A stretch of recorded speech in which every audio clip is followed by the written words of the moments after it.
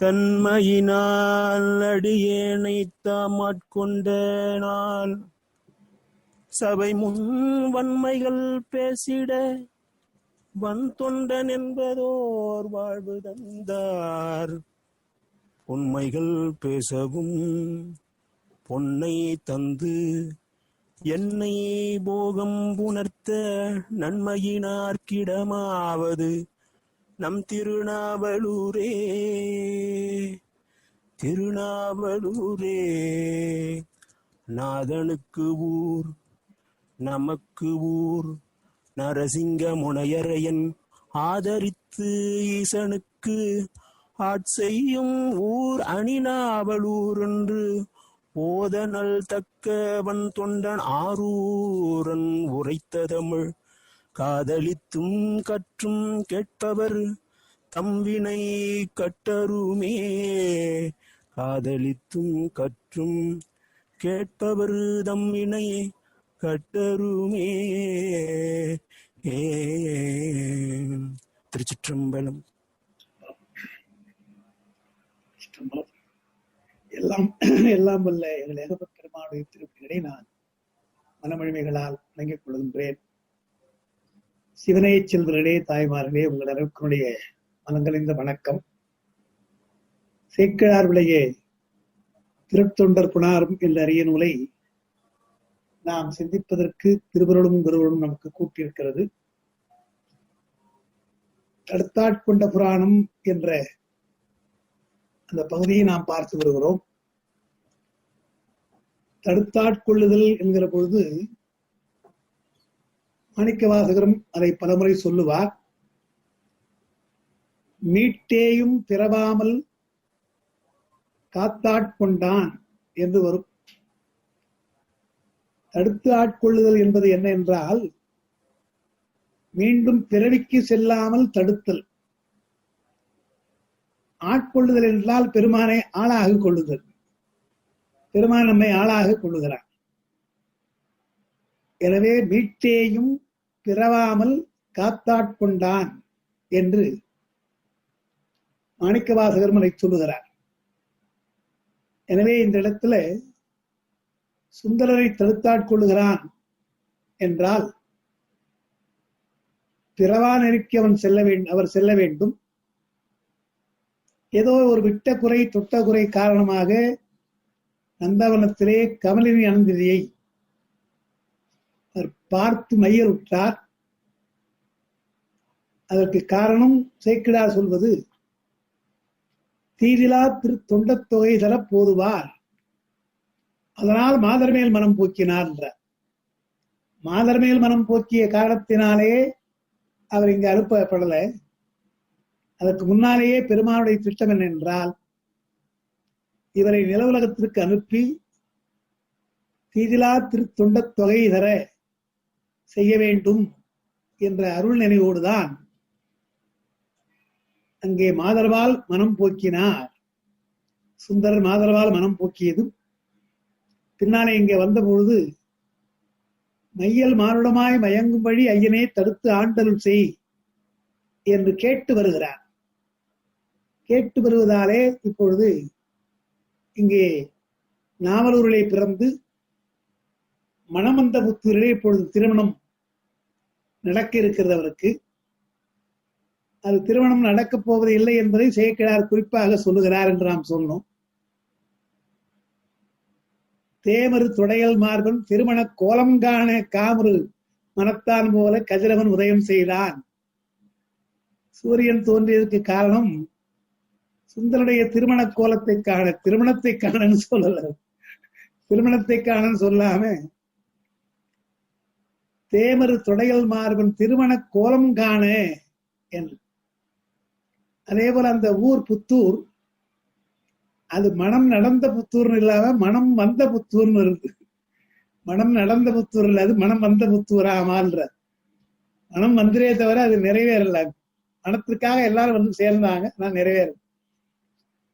அதுபோல இங்கேயும் இனிமேற்பட்டு அவர் தடுத்தாட்கொள்ள வருகிற பொழுது சில உரையாடலை அவர் வைக்கிறார், சேக்கிழார் வைக்கிறார். சுந்தர பெருமானும் நம்முடைய பெருமானும் உரையாடுகின்ற அந்த விஷயம்லாம் வரப்போது பின்னால. அதுலயும் கூட அந்த குறிப்பு வரும், பார்த்தா தெரியும். ஆனால் இப்பொழுது பெருமான் வருகிறார். அவர் எத்தனை கோலம் போடுறது, பெரிய பிராணத்தை நீங்க பார்த்தீங்கன்னா எத்தனை கோலம், அந்தணர் கோலம், கிழக்கோலம், தூர்த்தர் கோலம், அதாவது ஓடி எடுத்துக்கொண்டு திருநீலகண்டத்தை ஓடி எடுத்து கொண்டு வருகிற கோலம், அப்படி பெருமானுடைய கோலங்கள் பல. அவரை விகிர்தன் என்று சொல்லி பல்வேறு வடிவங்களை உடையவன் என்பதற்கெல்லாம் பெரிய புராணம் ஒரு சான்றாக நமக்கு இருக்கிறது. அடியார்களை ஆட்கொள்ள வருகிற பொழுது ஒவ்வொரு வகையாக அவன் ஆட்கொள்ள வருகிறான் என்று பார்க்கிறோம். அதனால இந்த இடத்துல ஒரு அந்தணனாக வருகிறார். அந்தணனாக வருகிற பொழுது ஒரு குறிப்பு சொல்லுகிறார் சேக்கிழார், அவர் வைதிக செய்வராக வருகிறார் என்று சொல்றார். வைதிக பிராமணராக, வைதிக சைவர் தான் வைதிக பிராமணராக வருகிறார் என்று சொல்ல போறார். அந்த கோலத்தை புறம் பார்க்கலாம், பார்க்கும் பொழுது விளக்கலாம். 28வது பாட்டு படிக்கணும் நாம. அதான் ஆளுமறை சூழ் கையிலையின் கண் அருள் செய்த சாலுமொழியால் வழிதடுத்து அடிமை கொள்வான், மேலுரை எழுந்து மிக கீழுற அகழ்ந்து மாலும் அயனுக்கும் அறியார் ஒருவர் வந்தார். தர்மயாதீன பதிப்புல மாலும் அயனுக்கும் அறியார்னு இருக்குது. சீகேசனுடைய பதிப்புல வேற இருப்பதா எனக்கு நினைவு. மாலும் இருவர்க்கு அறியார், அப்படி நீங்க ஏதாவது வச்சுக்கிற புத்தகத்துல அப்படி ஏதாவது இருக்கா பாருங்க. மாலும் இருவர்க்கு அறியார் ஒருவர் வந்தார் என்று அப்படி பாட வேறுபாடு இருக்குது. அவரு சீகேசர் தான் கொள்றார். இவர் மாலும் அயனுக்கும் அறியார்ன்றார், தெளிவாக சொல்றார். மால் அயன், திருமாலுக்கும் பிரம்மனுக்கும் அறியவனாக இருக்கின்ற அடிமுடி தேடியும் கூட காண முடியாமல் இருக்கின்ற பெருமான் வருகிறார். எனவே மாலும் அயனுக்கும் அறியார் அப்படின்ட்டார். மாலும் இருவர்க்கு என்று சொன்னால், மாலும் என்றால் மயக்கம் அர்த்தம். மயக்கத்தோடு இருவரும் தேடினார்கள் என்று அப்படி சொல்லணும் பொருள். அங்கு மாலும் இருவர்க்கு அறியார் என்று சொன்னால், மால் என்றால் மயக்கம். மயக்கத்தோடு அயனும் தேடுகிறான், திருமாலும் தேடுகிறார் அல்லவா. எனவே அப்படி மாலும் இருவர்க்கு என்றும் பொருள் கொள்ளலாம். பாடம் இருந்தால் அப்படி பொருள் கொள்ளலாம், தப்பில்லை. ஆனா நீங்க மாலும் அயனுக்கு அறியார் என்றுதான் நீங்க சொல்ற. எப்படி வரலாம்? ஆளுமறை சூழ் கையிலை. ஆளுதல் என்றால் ஒலித்தல் அர்த்தம். ஆளுதல் என்றால் ஒலித்தல். ஒலிக்கின்ற மறையெல்லாம் ஒலிக்கின்ற அந்த கையிலை. முனிவர்கள் எல்லாம் வேத பாராயணம் செய்கிறார்கள், ஆகம வழிபாடு செய்கிறார்கள், மந்திரங்களை ஒலிக்கிறார்கள். அறிவாரறி தோத்திரங்கள் மந்திரங்கள் எல்லாம் கேட்கின்றன என்று சுந்தர பெருமான் மீண்டும் கைலாயத்துக்கு போற பொழுது அந்த பாடல் இல்லை, அது சொல்றார். எனக்கு தோத்திரங்கள், அறிவாரறி தோத்திரங்கள் கேட்குது, வேதபாராயண மந்திரங்கள் எல்லாம் கேட்குது என்று அவர் சொல்றார். அதனால கைலாயத்திலே எல்லாம் கேட்குது.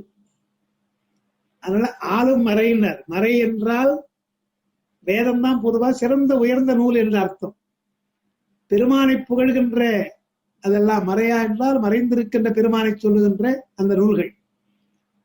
அது ஆளுதல் என்றால் ஒலித்தல் என்று அர்த்தம். ஒலிக்கின்றதாம், மறைமுழக்கம் செய்கிறது. அப்படிப்பட்ட கைலையின் கண் அருள் செய்த சாலுமொழி. சுந்தரர் புறப்படுற பொழுது என்ன சொன்னார்? மையல் மானுடமாய் மயங்கும் வழி ஐயனே தடுத்து ஆண்டருள் செய்யும் சொன்னார். மறந்துருவே, இங்க வந்தா நான் மறந்துடுவேன். பொதுவாகவே ஆன்மாக்குடைய இயல்பு மறக்கிறது தானே. பெருமான் எவ்வளவுதான் நன்மை செய்தாலும் நம்ம உடனே அதை மறந்துடுறோம். அந்த மறதி என்பது நமக்கு இருக்கின்ற ஒரு குற்றம். அதனால என்ன சொல்றார் சுந்தரர்? பூமிக்கு நான் சென்றால், நிலவுலகத்துக்கு சென்றால் நிச்சயம் நான் மறந்துடுவேன். அது ஒரு மரபு கூட. அங்கிருந்து வரவங்களே மறந்துடுவேன், எல்லாம் மறந்துடும் அங்கிருந்து வந்தா. அதனால நான் மறந்துட்டா நீ தான்ப்பா வந்து என்ன தடுத்தாட்கொள்ளணும். ஐயனே மையல் மானுளமாய் மயங்கும்படி ஐயனே தடுத்து ஆண்டருள் செய்யும் கேட்டார். ஆனா அப்படியே செய்யும்பான்னு ஒத்துட்டார். பரவாயில்ல, நீ போ, நான் தடுத்தாட்கொள்ளன்னு சொல்லிட்டார். எனவே இப்பொழுது இந்த சாலும் மொழியால், சாலும் மொழி என்றால் பொருந்துகின்ற மொழினர். சாலும் மொழி பெருமான் சுந்தரர் கேட்க அவரும் ஏற்றுக்கிட்டாலே, உன்னை தடுத்தால் கொள்றம்பான்னு ஏற்றுக்கிட்டார்.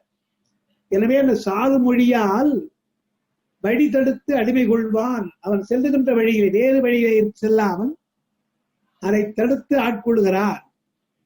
உலகியலே சென்று உழலாமல் அந்த வழியிலே செல்லாமல் பெருமான் ஆட்கொள்ளப் போகிறார். எனவே சாலு மொழியால் வழி தடுத்து அடிமை கொள்வான் அப்படின்ற வேறு வழியிலே செல்லாமல் அருள் வழியிலே வருகின்ற அதற்காக அடிமை கொள்வான் வருகிறார்.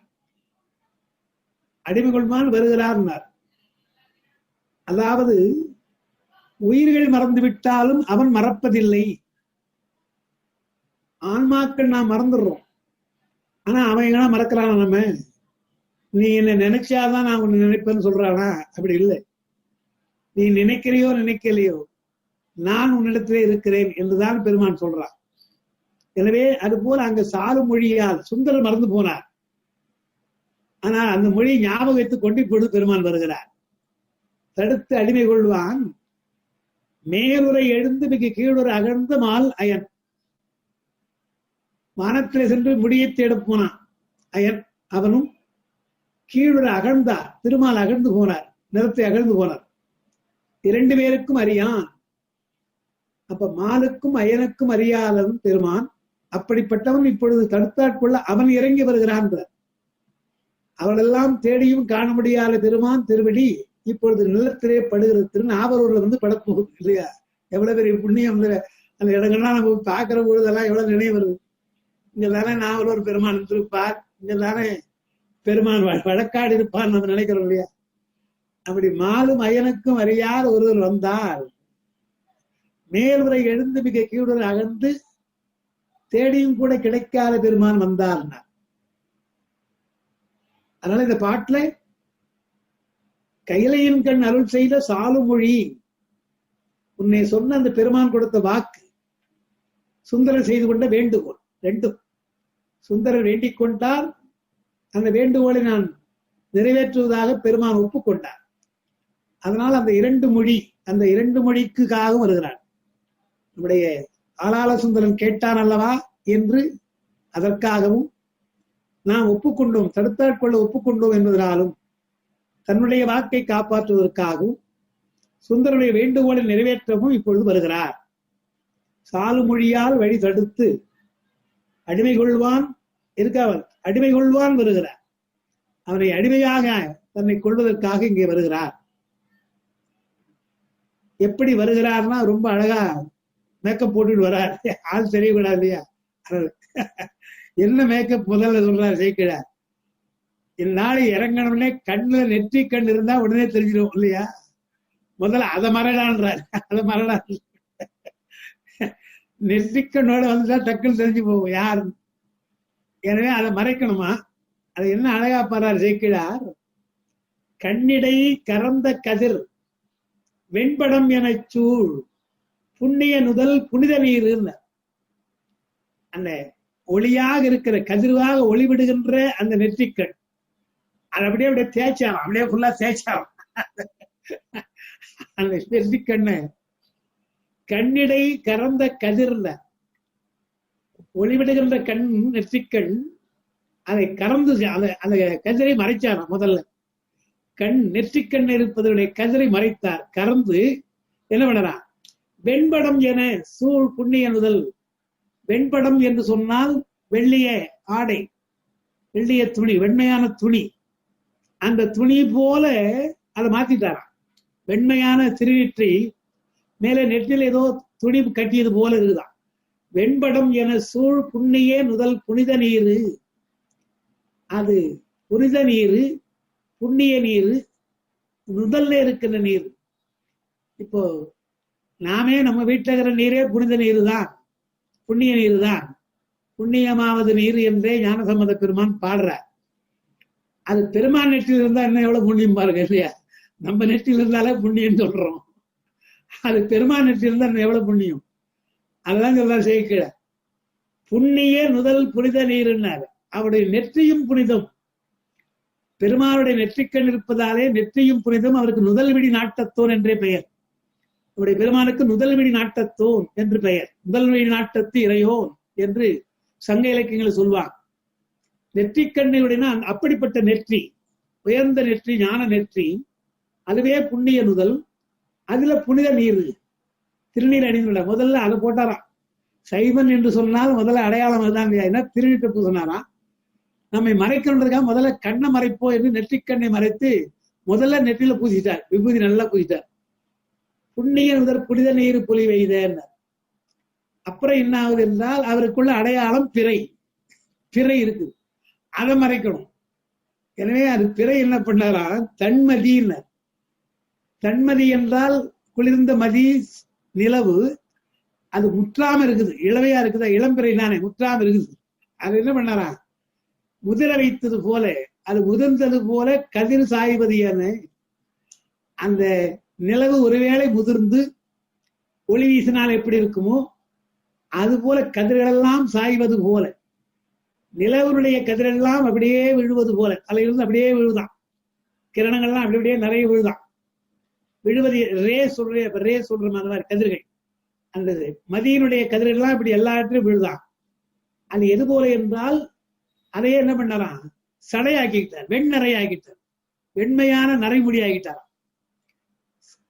சந்திரனுடைய கதிர்களையே அது வெண்மையா இருக்கும், அதையே நரைமுடியாக ஆக்கி கொண்டு வெண்ணறை முடித்து அது விழுந்து இடை சழங்க. சழங்க என்றால் அசையன்னு அர்த்தம். இவர் மேக்கப்புக்கு வேற எங்க புதுசா போகல, நெற்றிக்கண்ணையே பிடிச்சி தேய்ச்சிக்கிட்டாரு, நெற்றி விபூதியாகி போச்சு. கதிரனுடைய வரவலுக்கு அது கதிர்கள், அது சந்திரனுடைய கதிர்கள், அதை எப்படியே நரைமுடியாக ஆக்கிட்டார், தலையில் நரைமுடி ஆக்கிட்டார். வெண்ணறை முடித்து அது விழுந்து இடை சழங்க, சடையாக இருக்கிற நரைமுடி அதை முடிக்கிறார். அதை முடிச்சா கூட சரியா முடியாம கீழே விழுந்து அப்படி அலைதான், அப்படி அலைந்து கொண்டு வராராம். கண்ணிடை கறந்த கதிர் வெண்படம் எனச் சூழ் புண்ணிய நுதற் புனித நீரு புலி வைத. நீரு முதல் சிவ சின்னம் அது. தன்மதி முதிர்ந்து கதிர் சாய்வதன மீதே வெண்ணறை முடித்து, தலைக்கு மேல அப்படி கதிர் வந்தது போல வெண்ணறைகள், அதை முடித்து விழுந்து இடை சழங்க, அது நடக்க நடக்க அசைஞ்சுக்கிட்டே வருதான், அப்படி அசைஞ்சுட்டே வருதான். வயசான குளத்தோடு வராது, அப்படி வெளியே வராது, தலையாட்டிட்டு வராது. அப்புறம் என்ன அடையாளம், காதிலணி கண்டிகை வடிந்த குழை தாழ.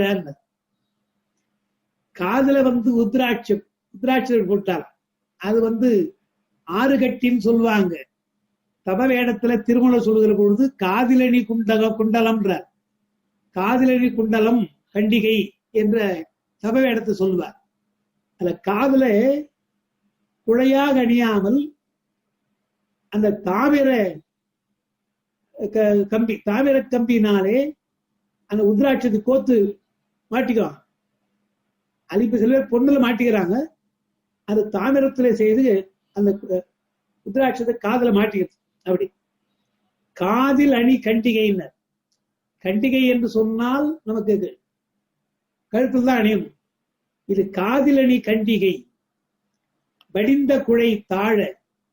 இந்த காது நீளமா இருக்குதான், அது வடிந்த குழை அப்படியே இழுத்து அப்படியே நிக்கலாம். வடிந்த குழை வயசான அப்படியே போக போக ரொம்ப நாளா போட்டு தொங்கிடுது இல்லையா, அந்த மாதிரி மேக்கப் பண்ணிட்டார். ரொம்ப நாளா போட்டுங்கிற மாதிரி அதை மேக்கப் பண்ணிட்டார். வடிந்த குழை தாழ சோதிமணி மார்பின் அசை நூலினோடு. மார்பில நூல், முன்னூல் போட்டுறார், பூநூல் முக்கியமா போட்டார். அதுதானே அவரு முக்கியமா சண்டை போட போறாரு. சோதி மணி மார்பு, அழகான மார்பு, அதுல அசைகின்ற நூல், முப்புரி நூல், பூநூல், நூலினோடு தோளின் மீது புனை உத்தரியும். தோல் மேல ஒரு ஆடை, மேலாடை போட்டுட்டார். ஒரு அங்கவஸ்திரம் சொல்லுவாங்க இல்லையா, அந்த மாதிரி மேல ஒண்ணு போட்டுட்டார். தோளின் மீது புனை உத்தரிய வெண்துகில், வெண்மையான ஆடை, நுடங்க என்றால் அசைய, வளைந்து அசைய மேல போட்டுட்டார். ஆதமம் மறைக்குடை அணிக்கரம் விளங்க. ஆதமம் என்றால் சூரியன். சூரிய வெயிலுக்காக மறைக்கிறதுக்காக ஒரு குடை வச்சுட்டாரா, மறைக்குடை. அவருக்கு என்ன சூரியன் சந்திரன், அவருக்கு என்ன ரொம்ப வயசாகி போச்சு இல்லையா, அதனால அவர் கொடை பிடிச்சிட்டாராம். ஆதமம் மறைக்குடை அணிக்கரம் விளங்க. குடை அவர் இப்ப பிடிக்கல, அது கரம் விளங்க கையில மாட்டிக்கிறார். அவருக்கு தலைக்கு மேல பிடிக்கல, அந்த கையில எதுக்கு இருக்கட்டும் என்று வச்சுட்டார். அணிக்கரம் விளங்க, பின்னால வரும் இல்லையா என்று அது என்னமோ ரொம்ப வயசான மாதிரியும், வெயில் காலத்துல வந்து உச்சிக்காலம் வந்தா கொடையை பிடிச்சிக்கிறதுக்கு அது மாதிரி காலையில தானே வராது, விடிய காலையில தானே வராது, வெயில் காலம் வந்தா பிடிச்சிக்கலாம். அதனால இன்னும் வெயில் வரல, அதனால கையில வச்சுட்டாராம். மீது புனை உத்தரியம் வெண்துயில் நுடங்க ஆலம மறைக்குடை, சூரியனை மறைக்கின்ற அந்த குடையை அணிக்கரம் விளங்க. ஒரு அந்தனருக்கு என்னெல்லாம் வேணுமோ அதுலயே அப்படியே மேக்கப் கரெக்டா பண்ணிட்டு வராரு. அப்புறம் அதாவது காதிலணி கண்டிகை வடிந்த குடை தாழ சோதிமணி மார்பினசை நூலினோடு தோளின் மீது புனை உத்தரியும் வெண்துகில் நுடங்க ஆதம் மறைக்குடை அணிக்கலம் விளங்க அப்படின்னா. அப்புறம் பண்டி சரி கோவண உடை பழமை கூற. நீங்க என்ன அழகா சொல்றா பாருங்க. நீங்க எந்த கட்ட மாட்டான், மேல மட்டும் கொஞ்சம் வெண்துகில் கொஞ்சம் வெண்மையா இருக்கும், அதுக்காக அது போட்டுக்குவாங்க. அது இன்னைக்கு இங்கேயும் உண்டு. அதே மாதிரி வராரா பாருங்க. மேல் புனை உத்திரம் இருக்கு இல்லையா, தோளின் மீது புனை உத்திரம் வெண்துகில், அது நல்ல வெள்ளையா வெள்ளையில் இருக்குதான், புதுசா போட்டாராம். இடையில உடை இருக்கு பாருங்க, அது பண்டி சரி கோவண உடையினர். துறவிகள் அணிவது போல கீழ்ப்பாச்சி கட்டி என்ன பண்ணுவாங்க, அது ரெண்டு வகையா இருக்கும். நீங்க நம்ம இங்கெல்லாம் நிறைய பார்க்கலாம், நீங்க அங்க அதிகம் பார்க்க முடியல. அங்க கோயில் என்ன பண்றாங்க, ஐயர்கள்லாம் என்ன பண்றாங்க, சிவாச்சாரியர்கள் நல்ல நீளமா அந்த பஞ்சை வச்சுட்டு கட்டுறாங்க, நீளமா கட்டுறாங்க. இங்க அப்படி கிடையாது. இந்த மாதிரி சடங்குக்கு வர வேதியெல்லாம் இருக்காங்க இல்லையா, பாதிதான் கட்டுவாங்க, இழுத்து கட்டிட்டு ஃபுல்லா கீழே கட்ட மாட்டாங்க, சரைகள் கட்ட மாட்டாங்க, இடுப்புல முட்டிக்கு மேல இழுத்து கட்டுவாங்க. அதைத்தான் சொல்லாரு, கோவணம் போல கட்டிட்டான், அது ஆடைதான், அதை கோவணம் மாதிரி இழுத்து கட்டிட்டான். பண்டி சரின்னு, பண்டின்னா வயிறுன்னு அர்த்தம். வயிற்றுல சரிகின்ற வயிறு கிடையாது அவனுக்கு ஐயரெல்லாம் தொப்ப விழாது, இப்பெல்லாம் தொப்ப விழுந்து போச்சு. ஆனால் அந்த காலத்துல அவர்கள் தொப்ப விழாது. பண்டின்னா வயிறுன்னு அர்த்தம் பண்டின்னா. சரி கோபனம் சொன்னா இடுப்புல கட்டுற ஆடை இருக்கு இல்லையா வயிற்றுல, அது சரிஞ்சிருக்குதான், கீழே கிடதான், கொஞ்சம் லேசா இறங்கி இருக்குதான். பண்டி சரின்னு இடுப்புல கட்டுற கொஞ்சம் லேசா இருக்குது, வயிறு தெரிகிறதான், வயிறு தெரிகின்றபடியா அவர் வராலாம். பண்டி தொப்புலாம் தெரியுது. பண்டி சரி கோவணம் உடை பழமையினர், பழமை கூறனர், ரொம்ப பழசு, எப்ப துவச்சான் எப்ப பண்ணான்னு தெரியல, அப்படி உள்ளதான். சங்க இலக்கியத்துல ஒரு பாட்டு ஒண்ணு உண்டு. புலவர்கள் இது மாதிரி ரொம்ப ஏழ்மையா போறாங்க இல்லையா, ஆடையெல்லாம் ரொம்ப அழுக்கேறி கிடக்குதான். அது எது போல என்று சொன்னால், மழையிலே நனைந்த பருந்து இருக்கு இல்லையா, பருந்தினுடைய சிறகெல்லாம் மழையில நனைஞ்சி அப்படியே கிடக்கும். அது மாதிரி கிடக்குதான் அந்த உடை அவங்களுக்கு. மழையிலே நனைந்த பருந்தினுடைய சிறகுகளை போல உள்ள உடை கிழிஞ்சு கிடதான், அப்படி சிறகு. அது கொஞ்சம் பிரவுரிஷா இருக்கும். நீங்க பார்த்தீங்கன்னா அந்த பிரவுரிஷா இருக்கிறது மேல கொஞ்சம் தண்ணி ஊத்துறா எப்படி இருக்கும் மழை பெஞ்சா, அந்த மாதிரி உடையினா. அது சங்க இலக்கியத்துல வறுமையை காட்டுவதற்காக அப்படி உடை அணிஞ்சாங்கன்ற. இவர் ஏறக்குறை அப்படி வராது பாருங்க. பண்டி சரி கோமண உடை பழமை கூறன், அது எப்ப துவைச்சாலும் துவைக்கலையும் அதை போட்டுட்டு வராராம். பழமை கூற கொண்டதொரு சடங்கள் உடையினார் பாருங்க. கொஞ்சம் கிழிஞ்சு கிடக்க ஆடை, கொஞ்சம் சடங்க அசைஞ்ச ஆடை, கொண்டதொரு சடங்கள் உடையினர், அணிந்து கொண்டிருக்கின்ற சடங்கள் உடை என்று சொல்லி ஆர்ந்து அழகு கொள்ள அசைகின்ற அந்த உடம்பு இடுப்புல போட்டுக் கொண்டிருக்கிற அந்த உடையும் கொஞ்சம் அசைகிறது, அசைந்து கொண்டு ஆனா அழுக்கா இருக்குது, அது ஆர்ந்து நல்லா இழுத்து கட்டப்பட்டிருக்குது. ஆழ்ந்து அழகு கொள்ள வெண் தூயிலுடன் குசை முடிந்து விடு வேணு தண்டு ஒரு கை கொண்டு இன்னொரு அடையாளம். வேணுத்தண்டு, வேணும்னா மூங்கில் அர்த்தம். மூங்கில் தண்டை கையில வச்சுக்கிறார். அது அந்த அந்தணர்களுக்குள்ள அடையாளத்துல சொல்லுவாங்க மூங்கில் தண்டு. அந்த மூங்கில் தண்டை மேல என்ன இருக்கும், குசைன்னா தர்ப்ப புல், குசை என்றால் தர்ப்ப புல். வெண் துகில் என்றால் வெள்ளையான ஒரு துணி, ஒரு கிழிக்கப்பட்ட ஒரு துணி, வெண் துகில். நீளமா இருக்காது, லேசா சின்னதா ஒரு கந்த துணி மாதிரி இருக்கும், அதை கட்டிருக்காங்க.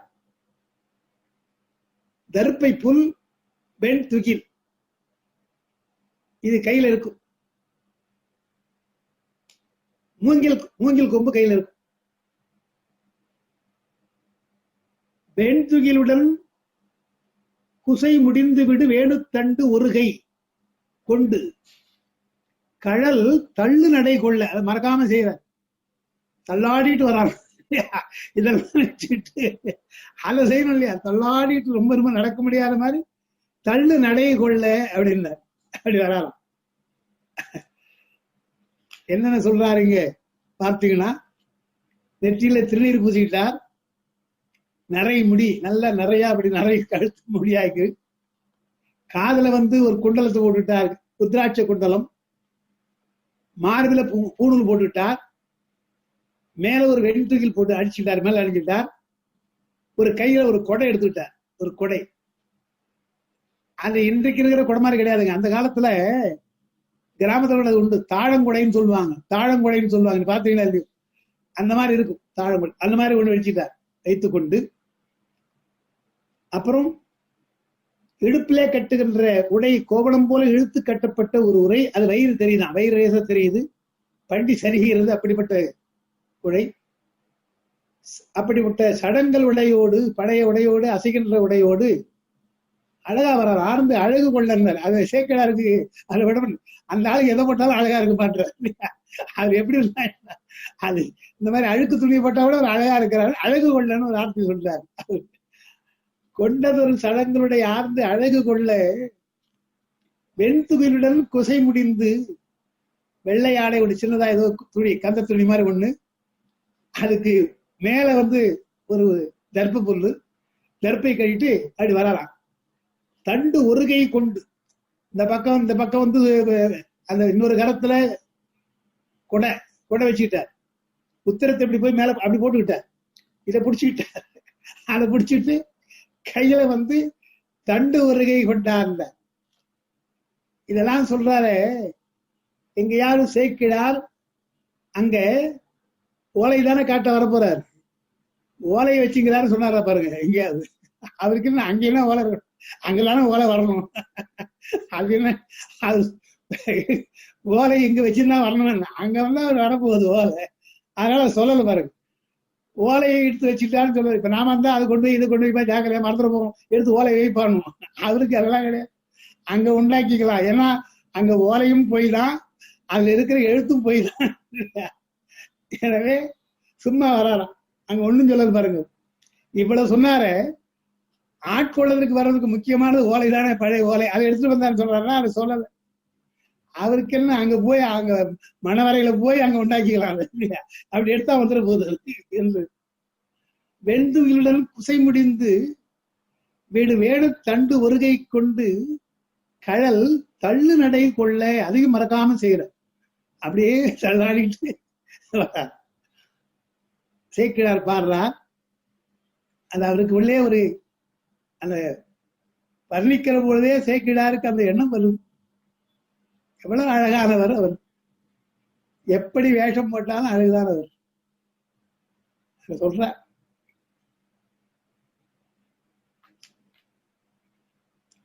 மொய்த்து வளர் பேரழகு மூத்த வடிவேயோ, அத்தகைய மூப்பு எனும் அதன் படிவமேயோ, மெய்த்த நெறி வைதிகம் விளைத்த முதலேயோ, இத்தகைய வேடம் என ஐய முறை எய்தினார். அழகா பாடுறார். மொய்த்து வளர் பேரழகு மூத்த வடிவேயோன்னு. சில பேர் வேற மாதிரி உரை எழுதுறாங்க. அது என்ன அர்த்தம்னா, அழகு என்று ஒன்று இருந்தால் எவ்வளவு நாளா நம்ம சொல்லிட்டு இருக்கோம் அழகு அழகுன்னு. எவ்வளவு நாளா நம்ம அந்த அழகுன்ற வார்த்தை சொல்றோம். எவ்வளவு நாளா சொல்றோமே, அந்த அழகுக்கு வயசா இருக்குமா இருக்காதான்னு கேட்கலாம். ரொம்ப நாளா அழகு அழகுன்னு சொல்றோமே, அது வயசா இருக்குமா இருக்காதா? கண்ணப்பருக்கு சொல்ற பொழுது அன்பு என்றால் எங்க நாம பார்க்க முடியும்? இதோ போறாரே, அன்பு பிழம்பாய் திரிவார், இதெல்லவா வடிவம் அன்புன்றார் இல்லையா? அவருடைய வடிவெல்லாம் நம்பக்கல் அன்புன்ற, அவருடைய வடிவெல்லாம் நம்பக்கல் அன்புன்ற. அன்புக்கு ஒரு அடையாளம், அன்புக்கு ஒரு வடிவம் சொன்னா கண்ணப்பர் தானே. அதுபோல இங்க அழகுன்ற, நீண்ட நாட்களா அழகு அழகுன்னு கேட்கிறோமே, அந்த அழகுக்கு வயசானா எப்படி இருக்கும்? இப்படிதான் இருக்கும்ன்ற. இது வயதான கோலத்துல அழகுன்னு சொல்லல, அழகுக்கு வயதானா எப்படி இருக்கும் அதான் சொல்ற. மொய்த்து வளரு பேரழகு அழகு மூத்த வடிவேயோன்னார். அழகு மூத்தா எப்படி இருக்கும்? அழகு மூத்தது, அழகில் மூத்தது அல்ல, அழகே மூத்துருச்சு. அது சொல்றாரு, மொய்த்து வளரு பேரழகு மூத்த வடிவேயோ. பெருமானை பார்த்தால் அவ்வளவு அழகு. ஆனா வயசானவர். பொதுவாகவே சொல்லுவாங்க, வயதானால் ஒரு அழகு உண்டு. எப்படி இளமையிலே ஒருத்தருக்கு அழகு இருக்கிறதோ அது போல வயதான முதிய கோலம் உண்டு அழகுன்னு சொல்லுவார். முதிர் கிழக்கோலமே என்று கூட முருகப்பெருமானை குமரூர் பாடுறார். முதிர் கிழக்கோலம் இல்ல, கிழக்கோலம், கிழவனாகிறது அழகா இருக்குது, கிழக்கோலம் என்றார். அதுபோல இங்கே மொய்த்து வளர் பேரழகு மூத்த வடிவா, அந்த அழகு மூத்து போயிட்டோ அதான் இதுவோ என்று பார்க்கிறாங்களாம். அத்தகைய மூப்பு எனும் அதன் படிவமேயோ. அடுத்து மூப்புன்னார். முதல்ல அழக சொன்னார், அடுத்து முதுமை சொன்னார். முதுமை என்றால் இதுதான் முதுமையா? அந்த ஏதோ ஷேக்ஸ்பியர்ல ஒரு வரி வருதுன்றான். ஷேக்ஸ்பியர்ல ஹாம்லெட் நினைக்கிறேன், அந்த நாடகத்துல டிடிஎஸ் ஓல்டு ஃபூல் அப்படின்னு ஒரு வரி வருதான். டிடிஎஸ் ஓல்டு ஃபூல், டிடிஎஸ் ஓல்டு அப்படின்னு. அதான் வயசாகி ரொம்ப டிடிஎஸ், அதை தாங்கவே முடியாது நம்ம. அப்படி இருப்பான் சில பேர் வீட்டுல இல்லையா, அது பண்ண தொல்லை இன்ச்ச தாங்காது. இது வயசானது என்ன இன்ச்ச பண்ணுது பாடுறது. அது மாதிரி அந்த டிடிஎஸ் ஓல்டு ஃபூல்றான் ஷேக்ஸ்பியர். அந்த மாதிரி இங்க மூத்த வடிவென்றால் இதான் மூப்போ, இது விட ஒரு மூப்பு உண்டா என்று சொல்ல முடியாதபடி அப்படி சுருக்கம் விழுந்து அப்படி பண்ணல. அத்தகைய மூப்பு எனும் அதன் படிவமா. ஒருவருக்கு முதுமை என்று வந்தால் அந்த முதுமை இதுதானா, முதுமை கோலம் இதுதானா என்று எண்ணுகின்றபடியாக அந்த வடிவம் வருதான். அப்புறம் மெய்த்த நெறி வைதிகம், ரொம்ப அப்படியே வைதிகமா வர. விபூதி அணிந்து கொண்டார், கொண்டெல்லாம் அணிந்து கொண்டார், பூணு அணிந்து கொண்டு வெண் துகையில் அணிந்து கொண்டு அப்படியே வரார். வைதிக வடிவம், வைதிகமே வந்த மாதிரி. மெய்த்த நெறி வைதிகம் விளைத்த முதலேயோ. வைதிகத்துல இதுதான் முதலா, இப்படிதான் இருக்க வேண்டுமோ? இத்தகைய வேடம், இத்தகைய வேடம் என ஐயுறனர். அத வேடமே சொல்லிட்டார். இது வேடம் தானே அவர் போட்டு வர்றது இப்போ இல்லையா? இத்தகைய வேடம் என ஐயுறவு எய்தி, ஐயமுறை எய்தி. எல்லோரும் ஐயமுடும்படியாக, என்ன இப்படி ஒரு அழகு இருக்குமா, இவ்வளவு முதுமையோடு ஒருத்தர் இருப்பாரா, வைதிக நெறியோடு இருக்கிறாரே என்று பார்க்கிறவெல்லாம் பார்த்தவுடனே அச்சப்படும்படியாக, அதே சமயத்திலே ஐயப்படும்படியாக, வியப்புறும்படியாக வருகிறார். ஐயமுறை எய்தினார். நேரா வந்தார். வந்து இவரை யார் கூப்பிட்டாங்க, யாரு கூப்பிடல, இவர் பாட்டு வரார். நேர போயிட்டார். வந்து திருமாமரை மனத்தொழில் தொடங்கும் பந்தரிடை நம்பி எதிர் பல்லு சபை முன்னின்று இந்த மொழி கேண்மின் எதிர் யாவர்களும் என்றான்.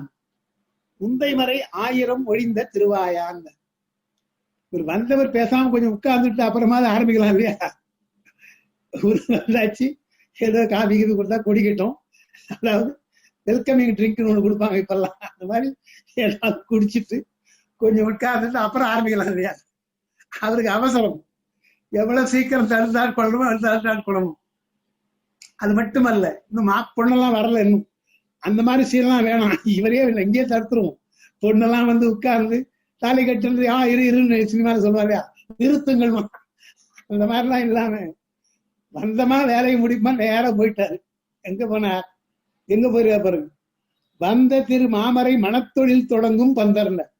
அப்பதான் திருமணத்துக்கு வேண்டிய சடங்குலாம் ஆரம்பிக்கிறாங்க. அங்க மனத்தொழில் தொடங்கும், அது அவங்க முறையில ஆதிசைவ முறையிலே அவர்கள் எல்லாம் பந்தல் என்னென்ன செய்ய வேண்டுமோ, முளைப்பாளைய வைத்தல், அந்த அரசாணி நடுதல், அப்புறம் வேள்விக்காக வேள்வி பெண்ணை அமைத்தல், இது போல என்னென்ன செய்யறாங்க. வந்து திரு மாமரை மனத்தொழில், அதாவது மாமரை விழி விடாமல் பின்னால் கூட வரும். மாமரை விதிவிடாமல் நடக்கின்ற மனவினை என்றால் வேத நெறிப்படி நடக்கின்ற ஒரு சடங்கு. அது ஆகமம். ஆதிசைவர்களுக்கு என்ன என்று சொன்னால் வேத மந்திரமும் உண்டு, ஆகம மந்திரமும் உண்டு. அவர்களுக்கு வேத மந்திரம் போல அவர்கள் வேள்வி செய்வார்கள், வேத விதித்தது போல வேள்வி செய்வார்கள், ஆகமம் விதித்த போல சிவபெருமானை முன்னிறுத்து வழிபடுவார்கள். அது அவர்களுக்கு உள்ளது. எனவே உபநயனம் அவர்களுக்கு உண்டு, தீட்சையும் உண்டு என்று நாம சொல்றோம். ரெண்டு உண்டு. அதனால அந்த வந்து திருமாமரை, அந்த திருமாமரை மணம்ன்றதுனால திரு என்று போடுவதாலே சிவாக முறையிலே மந்திரங்கள், சிவாகம முறையிலே மந்திரங்கள் எல்லாம் சொல்லுகின்ற அந்த மனத்தொழில் என்றார். அது எப்படி அந்த சடங்கு நடந்ததுங்க நமக்கு தெரியல. பொதுவா சேக்கிடார் அப்படி சொல்லிட்டார். வந்து திருமாமரை மனத்தொழில் தொடங்கும் பந்தரிடை நம்பி, நம்பி என்று நம்பியார் அங்க இருக்கிறார். எதிர் பன்னு சபை முன்னின்று, அந்த பன்னு சபை என்றால் எல்லோராலும் சிறப்பாக பாராட்டப்படுகின்ற சபை அது. அங்க அந்த இடத்தில் எல்லோரும் பாராட்டுகின்ற, பன்னுதல் என்றால் புகழ்தல், பாராட்டுகின்ற சபை. அந்த பாராட்டுகின்ற சபையிலே நிற்கிறார். ஏன்னா பெரிய பெரிய ஆட்கள் அங்க இருப்பாங்க இல்லையா. சுந்தரன் சொன்னா அங்க கல்யாணம், அவரு வேற இளவரசர், இளவரசரா இருக்கிறதுனால அவரெல்லாம் வந்திருப்பாங்க. இல்ல பெரிய பெரிய டிக்னிட்டரிஸ் அங்க வந்திருப்பாங்க இல்லையா. அடிப்படையாக இவருக்கு அதை பற்றிலாம் கவலை. நேரா போனார். பந்தரிடை நம்பி எதிர், நம்பி எதிர், நம்பிக்கு முன்னால நேராக போயிட்டார். எங்க மணப்பந்தல்ல நேரா சுந்தர பெருமானுக்கு முன்னாடி நம்பிக்கு முன்னால போயிட்டார். நம்பி எதிர் பன்னு சபை முன், பெரிய சபைக்கு முன்னால நின்று ஒரே வார்த்தை, இந்த மொழி கேள்வின் எதிர் யாவர்களும், எப்படி சவுண்ட் போட்டுலாம் சொல்லிருப்பார். நான் சொல்றதை கேளுங்க. இந்த மொழி கேள்வின் எதிர் யாவர்களும், எல்லாருக்கும் சொல்றேன். நிக்கிறது யாருக்கு முன்னால் நிற்கிறார்? சுந்தருக்கு முன்னால் நிற்கிறார். நம்பியாருக்கு நின்று கொண்டு அவை பார்த்து சொல்றார், இந்த மொழி கேள்வின் யாவர்களும்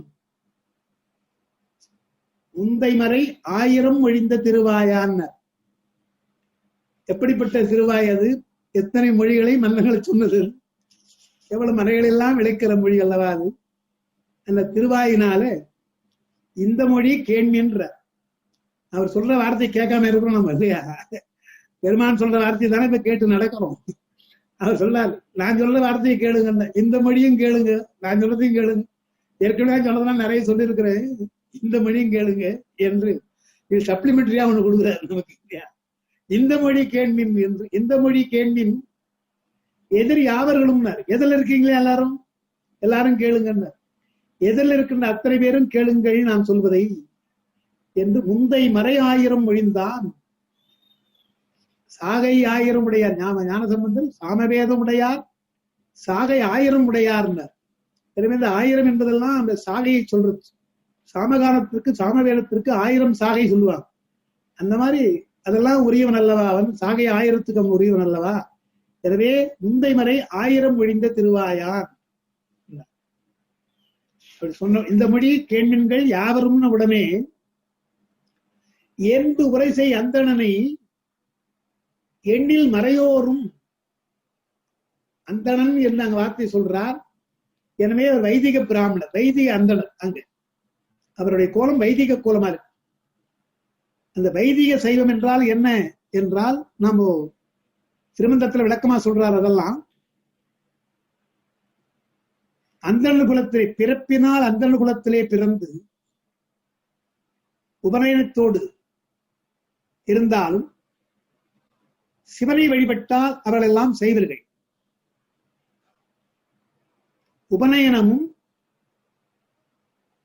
சிவனை வழிபடுகின்ற முறை இருந்தால் அவர்கள் மகா செய்வர் என்று சொல்றோம். அந்தண குலத்திலே பிறந்தால் அவர்கள் மகா செய்வர். சிவனை வழிபடும் முதல் சைவர்னா சிவனை வழிபடும், முழுமுதற் கடலா ஏற்றும். அப்படி ஏற்றுக்கொள்ளுகின்றால் அவர்கள்லாம் மகா செய்வர்கள். உபநயனமும் ஆகம விதிப்படி தீட்சையும் நடந்து வேதத்தை பொதுவாகவும் ஆகமத்தை சிறப்பாகவும் கொண்டால் அவர்களெல்லாம் ஆதி செய்வர்கள். இப்ப நம்பியார் உபநயனமும் தீட்சையும் பெற்று வேதத்தை பொதுவாகவும் ஆகமத்தை சிறப்பாகவும் கொண்டால் அவர்களெல்லாம் ஆதி செய்வர்கள். வைதிக செய்வர்னா யார் என்றால் அவருக்கு தீட்சை கிடையாது, உபநயனம் மட்டும் பெற்றுப்பாங்க. வேத நெறிப்படி உபநயனம் பெற்று வேத மந்திரங்களினாலே வேள்வி செய்து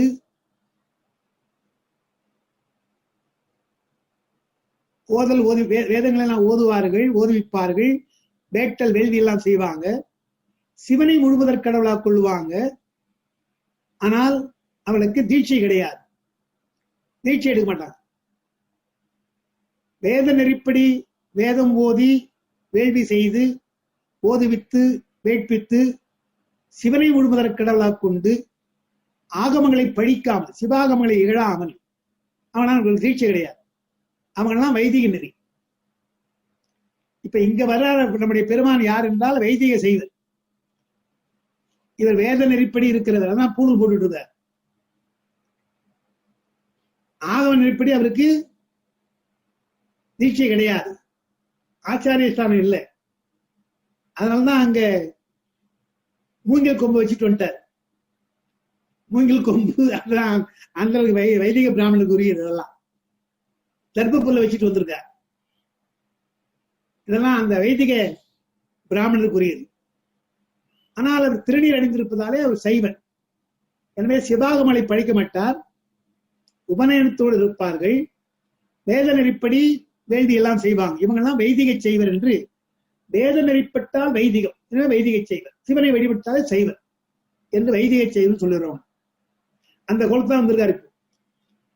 அதனால என்ன செய்தார் சேக்கிழார், என்று உரை செய் அந்தணனையினர். அந்தணன் சொன்னால் அந்த வைதிக செய்வரை, அந்த வைதிக பிராமணரை. எண்ணில் மறையோரும், இவங்க மறையோர் என்று சொன்னால் எங்கெல்லாம் ஆதி செய்வர்கள். எண்ணில் மறையோரும் மன்றல் வினை மங்கள மடங்கள் அணையானும். மன்றல் வினைன்னா திருமணம், திருமணத்திற்காக காத்து கொண்டிருக்கின்ற, அந்த மங்களத்திற்காக காத்து கொண்டிருக்கின்ற மடங்கள் என்றால் சிங்கம். மடங்கள் அணையான் என்றார். ஏன்னா அவர் ராஜா கோலம், இளவரசராக இருப்பதில் மடங்கள் சிங்கம் போல இருக்கிறார். மடங்கள் அணையானும் ரெண்டு பேரும் என்ன பண்ணாங்க, மறையோரும் சரி. அதாவது இந்த மொழி கேண்மின்னு சொன்னா இல்லையா, இந்த மொழி கேண்மின் யாவரும் சொன்ன உடனே அங்க இருக்கிற மறையவர்களும் சரி, மணவடையில உட்கார்ந்து கொண்டிருக்கின்ற நம்பியாரோரும் சரி, ரெண்டு பேரும் என்ன சொல்லுவாங்க எடுத்த உடனே, ஐயா உங்க மொழியை கேட்கிறோம், கொஞ்சம் போய் அப்படி உட்காருங்க, கல்யாணம் முடிட்டோம், அப்படிதானே சொல்லுவாங்க பொதுவா. ஒரு பெரியவர் என்று சொல்லுகிறார் என்றால் அதை மதிக்க வேண்டும் என்று அங்க இருக்கிற மறையவர்களும் சரி. ஏன்னா இது கல்யாண நேரம், மணவிடம் தொடங்க போகுது. அங்க நின்றுட்டு நான் சொல்றதை கேளுங்க சொன்னா கோபம் உரிமை வராதா, அதெல்லாம் கேட்கலாங்க, அப்படிதான் மனவுக்கார சார் கல்யாணம் முடிட்டு அப்புறம் என்ன பேசலாம் அப்படிலாம் சொல்லுவாங்க பொதுவாக. ஆனால் அந்த பண்பாடு அப்படி இல்லை. வந்தவர் பெரியவர், ஏதோ ஒரு முக்கியமா அவர் சொல்லுகிறார் என்று மன்றல் வினை மங்களம் மடங்கள் அணையானும் சேக்கிழார் அழகா சொல்லுவார். என்ன சொல்றார், என்ன சொல்லுறீங்க நியாயமா அப்படிங்களா, என்ன சொல்லுங்க, என்ன நீங்க சொல்றீங்களா சொல்லுங்கன்னு சொல்லணும். அதை சொல்லலையா, நன்று உமது நல்வரவு நாங்களா எடுத்த உடனே, ஐயா ப்ராப்ளம் உண்டாக்காதுன்னு அர்த்தம். நீங்க வந்திருப்பது நல்வரவு அல்லவா, எங்களை வாழ்த்த தானே வந்திருக்கீங்க என்பது போல, நன்று உமது நல்வரவு நங்கள் தவம், நாங்க செய்த பெரிய தவம் அல்லவா என்று முதல்ல சொல்லிட்டாங்க. ஏதாவது ப்ராப்ளம் உண்டாகிறப்பா இந்த நேரத்துக்கு என்று. அது தெரியாம என்ன பண்ணாங்க, நன்று உமது நல்வரவு. இந்த நல்வரவு என்பது சேக்கிழார் என்ற ஒரு அரிய சொல். தமிழ்ல நல்வரவு என்பதை இவர் தான் முதல்ல கொடுக்கிறார். திருக்குறள்ல வல்வரவு இருக்குது. வல்வரவுனால் பிடிக்காதவங்களுக்கு சொல்லுது வல்வரவு, பிடித்தவர்களுக்கு சொன்னா நல்வரவு. நமக்கு பிடித்தவன் தான் நல்லவரவன் எழுதி வைக்கலாம், முதல்ல பிடிக்கலன்னா வல்வரவுன்னு சொல்லலாம். திருக்குறள்ல வல்வரவுன்னு வருது. செல்லாமை உண்டேல் எனக்குறை மற்றனின் வல்வரவு வாழ்வார்க்குறை, வல்வரவுன்றார், வல்வரவுன்ற. இங்க நன்று உமது நல்வரவு நங்கள் தவம். ஐயா திருமணத்திற்கு நீங்கள் வந்திருக்கீங்க, நாங்க ஒண்ணும் உங்களை கூப்பிடல, கூப்பிடாமே வந்திருக்கீங்களா, அந்த அர்த்தம் இல்லையா, வந்திருக்கீங்க, அது எங்கள் தவம். நீங்கள் வந்து எங்களை வாழ்த்துகிறீர்கள் அல்லவா, அது எங்கள் தவம். தவம் என்றே நின்றது. நீங்கள் வந்திருப்பது எங்கள் தவம் என்றால் உண்மைதானே. பெருமான் வந்திருக்கிறார்னா எவ்வளவு பெரிய தவம் செய்திருக்காங்க, அத்தனை பேரும் பாக்குறாங்க இல்லையா, சுந்தரம் மட்டுமா பாக்குறாங்க. நன்று உமது நல்வரவு நங்கள் தவம் என்றே நின்றது. நாங்கள் செய்த தவமாக இந்த காட்சி நிக்குதுன்ற. நீங்கள் வந்திருப்பது எங்களுக்கு நாங்கள் செய்த தவம் அல்லவா. இவள் நீர் மொழிமின் நீர் மொழிவது என்றார். நீங்க சொல்லுங்க, நீங்க சொல்ல வேண்டியது சொல்லுங்க, சொல்றோம் இல்லையா, நீர் மொழிமின்றது பாட்டு, நீர் மொழிமின் நீர் மொழிவது என்றார். நீங்க சொல்லுங்க, இப்போ நீங்க சொல்லுங்க, பேச்சில சொல்ற மாதிரியே சொல்ற. நீர்மொழிவின் நீர்மொழிவது என்றார். எங்கள் தவமாக நீங்கள் வந்திருக்கிறீர்கள், நீங்க சொல்லுங்க. யார்? சுந்தரரும் சொல்லுகிறார் நல்வரவுன்னு, மறையோரும் சொல்லுகிறார்கள். அங்க இருக்கிறவரும் சேர்ந்து சுந்தரரும் சேர்ந்து நன்று உமது நல்வரவு எங்கள் தவம், இப்ப சொல்லுங்கயா, என்ன நீங்க சொல்ல நினைக்கிறேன் சொல்லுங்க என்று கேட்கிறாங்க. உடனே ஆரம்பிச்சிட்டார். பிஞகனும் நாவலர் பெருந்தகையை நோக்கி எடுத்த உடனே மாப்பிள்ளை போய் பாக்குறார். நேரா எல்லாரும் இவெல்லாம் விட்டார், இவங்கெல்லாம் விட்டுட்டு நேரா மாப்பிள்ளை பாக்குறார். பிஞகனும் நாவலர் பெருந்தகையை நோக்கினார். மணவரையிலே அழகா குளத்துல உட்கார்ந்துக்கிறார். அவர்கிட்ட போய், என்னிடையும் நின்னிடையும் நின்ற இசைவால் யான் முன் உடையதோர் பெருவழக்கினை முடித்தே நின்னுடைய வேள்வியினை நீ முயல்தி என்றார். அந்த வார்த்தை இப்படி எல்லாம் வருது பாரு. என்னிடையும் நின்னிடையும் பார், இந்த ஆளுக்கெல்லாம் ஒண்ணும் தெரியாது, இங்க இருக்கிறவங்க யாருக்கும் ஒண்ணும் தெரியாது அந்த விஷயம், உனக்கு இருக்குன்னு தெரியும். அந்த மாதிரி ஒரு அர்த்தம். கைலாயத்தில் நடந்து யாருக்கு தெரியும்? உனக்கு இருக்குதான் தெரியும். இவங்கெல்லாம் தெரியுமா? அதை நீயே மறந்துட்ட. எனவே என்னிடையும் நின்னிடையும் எடுத்த உடனே, என்னிடையும் நின்னிடையும், உனக்கு எனக்கு தான் வழக்கு, இவங்கெல்லாம் சம்மந்தமே கிடையாது. அப்படின்னா என்ன அர்த்தம்? வாய் மூடிட்டு இரு சொல்லுன்னு அர்த்தம், பேசாம இரு சொல்ல மாதிரிதான். என்னிடையும் நின்னிடையும் நின்ற இசைவுன்னார். நின்ற இசைவு என்றால் ஏற்கனவே நடந்திருக்கிற ஒப்பந்தம். இசைவு என்றால் ஒப்பந்தம். அது நின்ற இசைவுன்னார். பெருமானுக்கு நான் அடிமைன்னு சொல்ல போறார் பின்னால.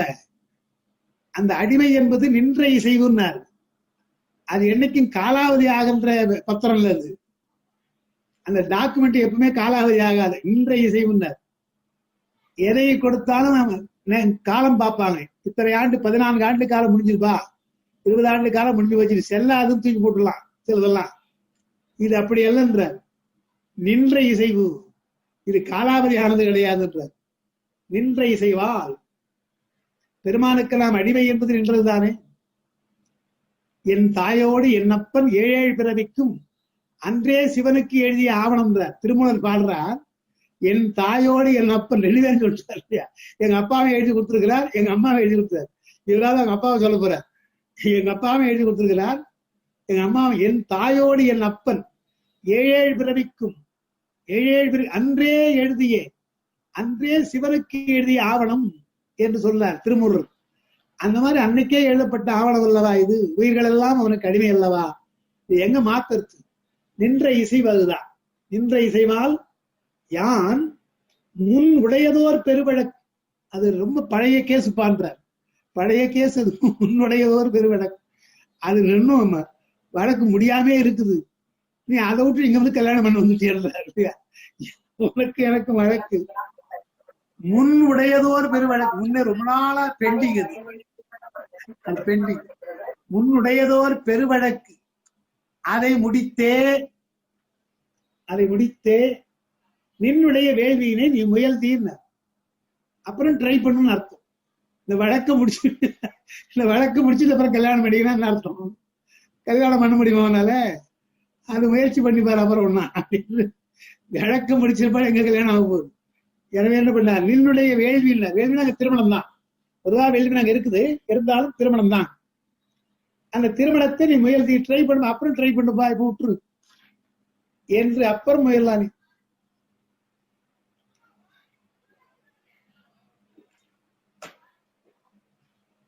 நின்னுடைய வேள்விகளை நீ முயல்தி என்றான். அப்படின்னு அர்த்தம். நீ முயற்சியே பண்ண முடியாது, ஒன்னால முடிஞ்சு போச்சு, இங்கேயே முடிஞ்சு போச்சு, இன்னும் கிடையாது. உன்னுடையதோர் வழக்கினை முடித்தே நின்னுடைய வேள்வியினை முயல்ந்தார். இவர் எப்படி ஒரு குண்டு எடுத்து போட்டாரு? உனக்கு எனக்கு ஒரு வழக்கு இருக்குப்பா, அதை முடிச்சுட்டோமா கல்யாணம் பண்ணணும்னா ஒன்னும் புரியல. அப்படியே பார்க்கிறாரு சுந்தர், பார்க்கிறார். நெற்றி விழியான் மொழிய நின்ற நிகரில்லான்னா அப்படி ஸ்தம்பித்து நின்றுட்டார். அப்படி என்ன இதையா சொல்றேன்னு ஸ்தம்பித்து நிற்கிறார். நின்ற நிகரில்லான்னா நெற்றி விழியான் மொழிய. நெற்றிக்கண்ணையுடைய பெருமான் கடுமையான சொன்னான்னு அர்த்தம். நெருப்பு போல வார்த்தை அது இல்லையா? என்ன நெற்றி விழியான்னு போட்டார். வார்த்தை கடுமையான வார்த்தை இல்லையா? அவருக்கு அப்புறம் பின்னால உண்மை தெரிய போகுது. இந்த நேரத்துக்கு கல்யாணம் நடக்கிறத உனக்கு எனக்கு ஒரு வழக்கு இருக்குப்பா, நீ எனக்கு அது முடிக்கணும்பான்னு சொன்ன வழக்கா கேஸா? அப்ப நாம என்ன கிரிமினலா? பெண் வீட்டார் என்ன நினைப்பாங்க இல்லையா? மாப்பிள்ளை சினிமா அப்படி சொல்லுவார் இல்லையா? போலீஸ்காரன் அந்த நேரத்துக்கு வந்து நிற்பான் இல்லையா சினிமாவில். அந்த மாதிரி வழக்கா? எனக்கும் உனக்கும் வழக்கு விட்டுருச்சு, நான் இங்க வந்து இவர்கிட்ட கல்யாணம் பண்ணி முடியுமா? என்னப்பா இப்படி சொல்ற என்று நின்ற நிகரில்லான் நெற்றி விழியான் மொழிய நின்ற நிகரில்லான் உற்றதோர் வழக்கு என்னிடை நீ உடையதுண்டேல். அழகா சொல்றார். என்னிடத்திலே உன் வழக்கு இருக்கும் என்றார். உன்னுடைய நீ என்ற என்னை பற்றிய வழக்கு உங்ககிட்ட இருந்தா, அதாவது உன்னை பற்றிய வழக்கு எங்கிட்ட கிடையாது. என்னை பற்றிய வழக்கு உங்ககிட்ட இருக்கு, நீதான் கொண்டாடுற, எனக்கு தெரியாது. வழக்குல 2 பேரும் சமமா இருக்கும் இல்லையா? வழக்கு நீதான் வச்சுக்கிற வழக்கு, எங்கிட்ட அது வழக்கு கிடையாது. உற்றதோர் வழக்கு என்னிடை நீ உடையது உண்டேல், உனக்கு இருந்தா நீ உடையது உண்டேல்.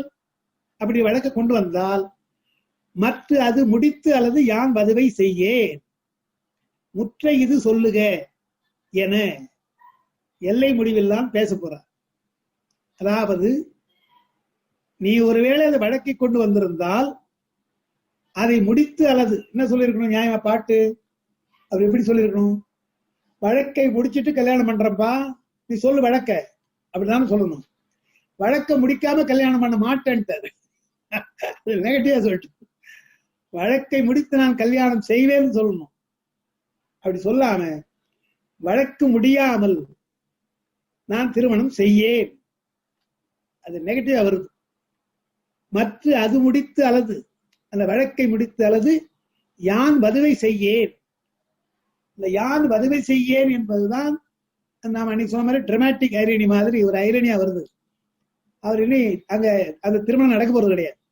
எனவே யான் வதுவை செய்யேன்.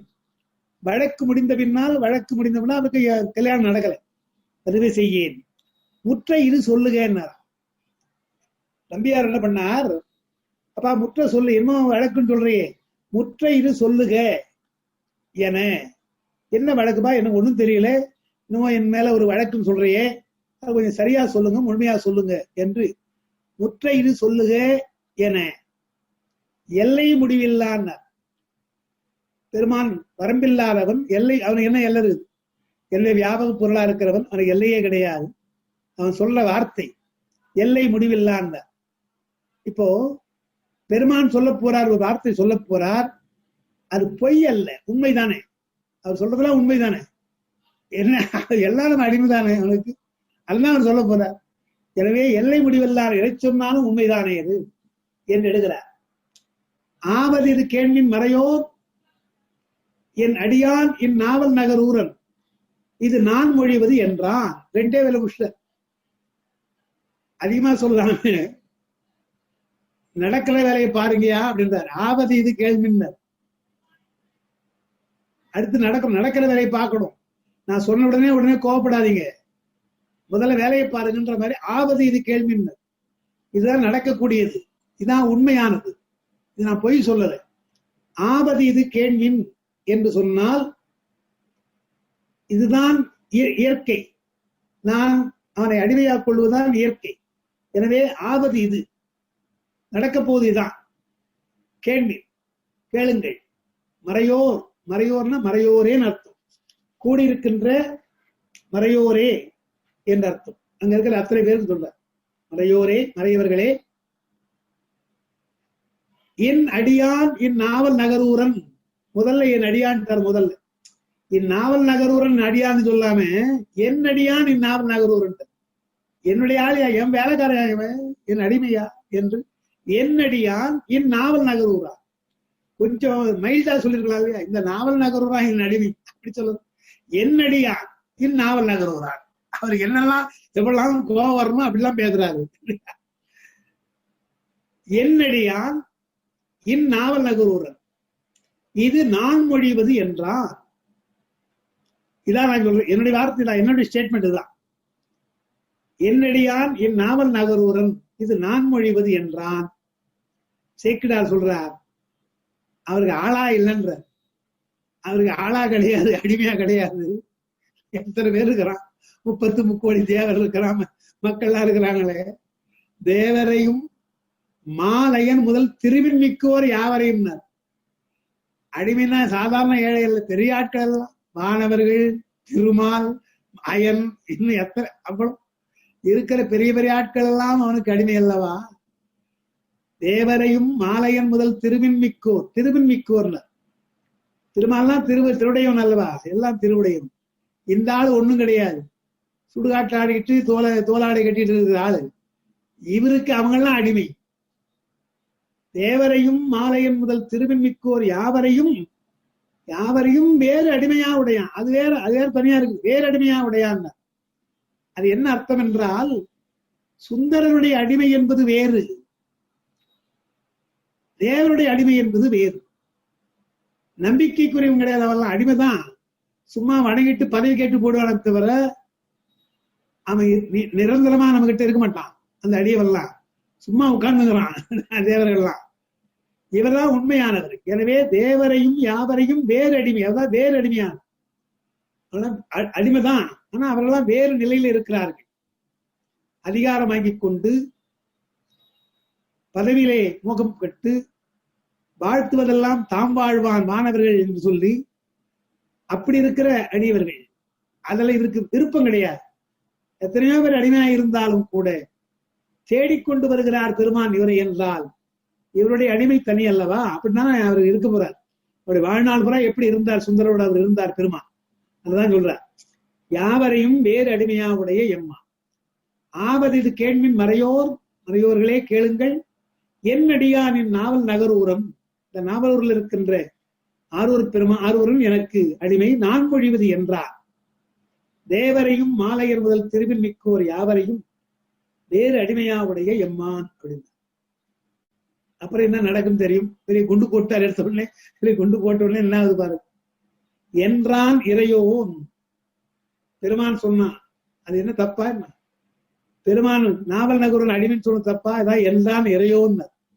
அங்க முதியோன்னு சொல்லல, இறையோன். பெருமான் சொன்னார், பெருமானாயிரம் சொல்றாரு, அது உண்மைதானே. என்றான் இறையோன். தேடி வந்து நீ எனக்கு அடிமை அல்லவா என்று சொல்றாருன்னா சுந்தருக்கு எவ்வளவு பெருமை, எவ்வளவு பெரிய தவம் அவருக்கு. என்றான் இறையோன். அதுக்கு இறையோன்னு சொன்னார். இது யாருக்கு அங்க தெரியாது, வந்தவர் யாருக்கு இறைவன் தெரியாது. ஏதோ ஒரு முதியவர் வந்திருக்காரு, உட்கார்ந்துக்கிறாங்க. அது கேட்டவர், அது கேட்டாங்களே, எம்மருங்கும் நின்றார் இருந்தார் இவன் என் இணைந்தான் கொல் என்று சென்றார், வெகுண்டார், சிரித்தார். அந்த இருக்கிற கூட்டத்தில் என்னென்ன பண்ணாங்க, என்னமோ சொல்ல போறாராங்க கட்டி பெருசா. என்ன சொல்லுங்க என்று, எங்க உங்களுடைய வரலாறு நல்லுறவு, எங்க தவம் சொல்லுங்கன்னா, நாவல் நகர் அடிமைன்னு சொன்ன உடனே எம்மருங்கும் அங்க சுத்தி இருந்தாங்க இல்லையா, அது கேட்டவர் எம்மருங்கும் நின்றார் இருந்தார். கூட்டமா இருக்கிறதா நின்று இருந்தாங்க, சில பேர் உட்கார்ந்தாங்க, சில பேர் நின்று இருந்தாங்க. இவன் எண்ணிணைந்தான். என்ன அந்த ஆள் இவன் எண்ணிணைந்தான். அங்க நுங்கள் நமக்கெல்லாம் வரல, பெரியவரெல்லாம் வரல. இவன் எண்ணிணைந்தான். என்ன பைத்தியக்காரா இருப்பாங்க என்று இவன் எண்ணிணைந்தான் கொல் என்று சென்றார். அந்த அதை பற்றி கேள்வியே அதை கேட்டுப்பட்டாங்க தவிர அதை பொருட்டாவே அந்த ஆளை எல்லாம் சொல்லி போனாங்க, போயா வாயா அப்படின்ட்டு சென்றோர் அங்க வந்துட்டான். சென்றார். சில பேர் வெகுண்டார். என்ன வர்ணம் போன்றீங்க, என்ன வார்த்தை சொல்லியிருக்கான், நம்மளால பார்த்து அடிமைன்னு சொல்றான் ஒரு ஆளு என்று சில பேர் கோபிக்கிறான், வெகுண்டார். சில பேர் சிரித்தார். ஏன் பைத்தியக்காரையா, ஏன் அதெல்லாம் பெருசப்படுத்துறீங்க என்று சிரித்தார். பல்வேறு வகையான உணர்ச்சிகள் அங்க வந்ததாம்.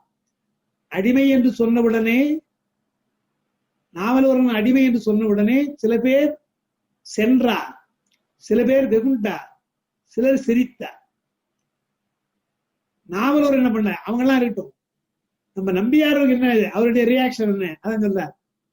திருநாவலூரான் என்ன பண்ணார், நன்றால் மறையோன் மொழியினார். ஐயா ரொம்ப நல்லா இருக்கு நீங்க சொல்றது. நன்றால் மறையோன் மொழி. ஏன்னா அங்க மறையோன் மொழின்ற, அங்க இறையோன்னு சொன்னார், இங்க மறையோன்ற. நீ மறைத்து சொல்லுகின்றாய் ஒரு மொழியை, அது என்ன அடிமைன்னு சொல்ற, அது எங்களால புரிந்து கொள்ள முடியல. இப்ப அந்த நிலையில நான் இல்லைன்னு அர்த்தம். மறையோன் மொழி இது என்னையா ஒரு வேதம் படித்தவங்க சொல்ற மாதிரி இல்லையே, நியாயமா உண்மைதானே சொல்லணும். நீங்க எல்லாம் மறை படித்தவர் அல்லவா, வேதம் படித்தவர் அல்லவா, மறையோன் மொழி இருந்தால் உண்மையான மொழியா இருக்கணுமே, நீங்க ஏன் பொய் சொல்றீங்கன்னு முடிவு பண்ணிட்டார். பொய் தான் சொல்ல முடிவு பண்ணிட்டார். மறையோன் மொழி நன்றால் ரொம்ப நல்லா இருக்கியா நீங்க சொல்றது என்று எதிர்நோக்கி நக்கான்னார். கிட்ட வந்து மூஞ்ச பார்த்து சிரிச்சாராம். இருக்கிறாரு, கிட்ட போய் அது சிரிச்சாராம். ரொம்ப நல்லா இருக்காரு சொல்றது என்று. சென்றார் வெகுண்டார் சிரித்தார், திருநாவலூர் நன்றால் மொழி நன்றால் மறையோன் மொழி என்று எதிர்நோக்கி நக்கான்னார். சிரிச்சான். இப்ப நீங்க பார்க்கலாம், இந்த மாதிரி சிரிச்சா எவ்வளவு கோபம் வரும் இல்லையா? சிரிச்சா கோபம் வரும்.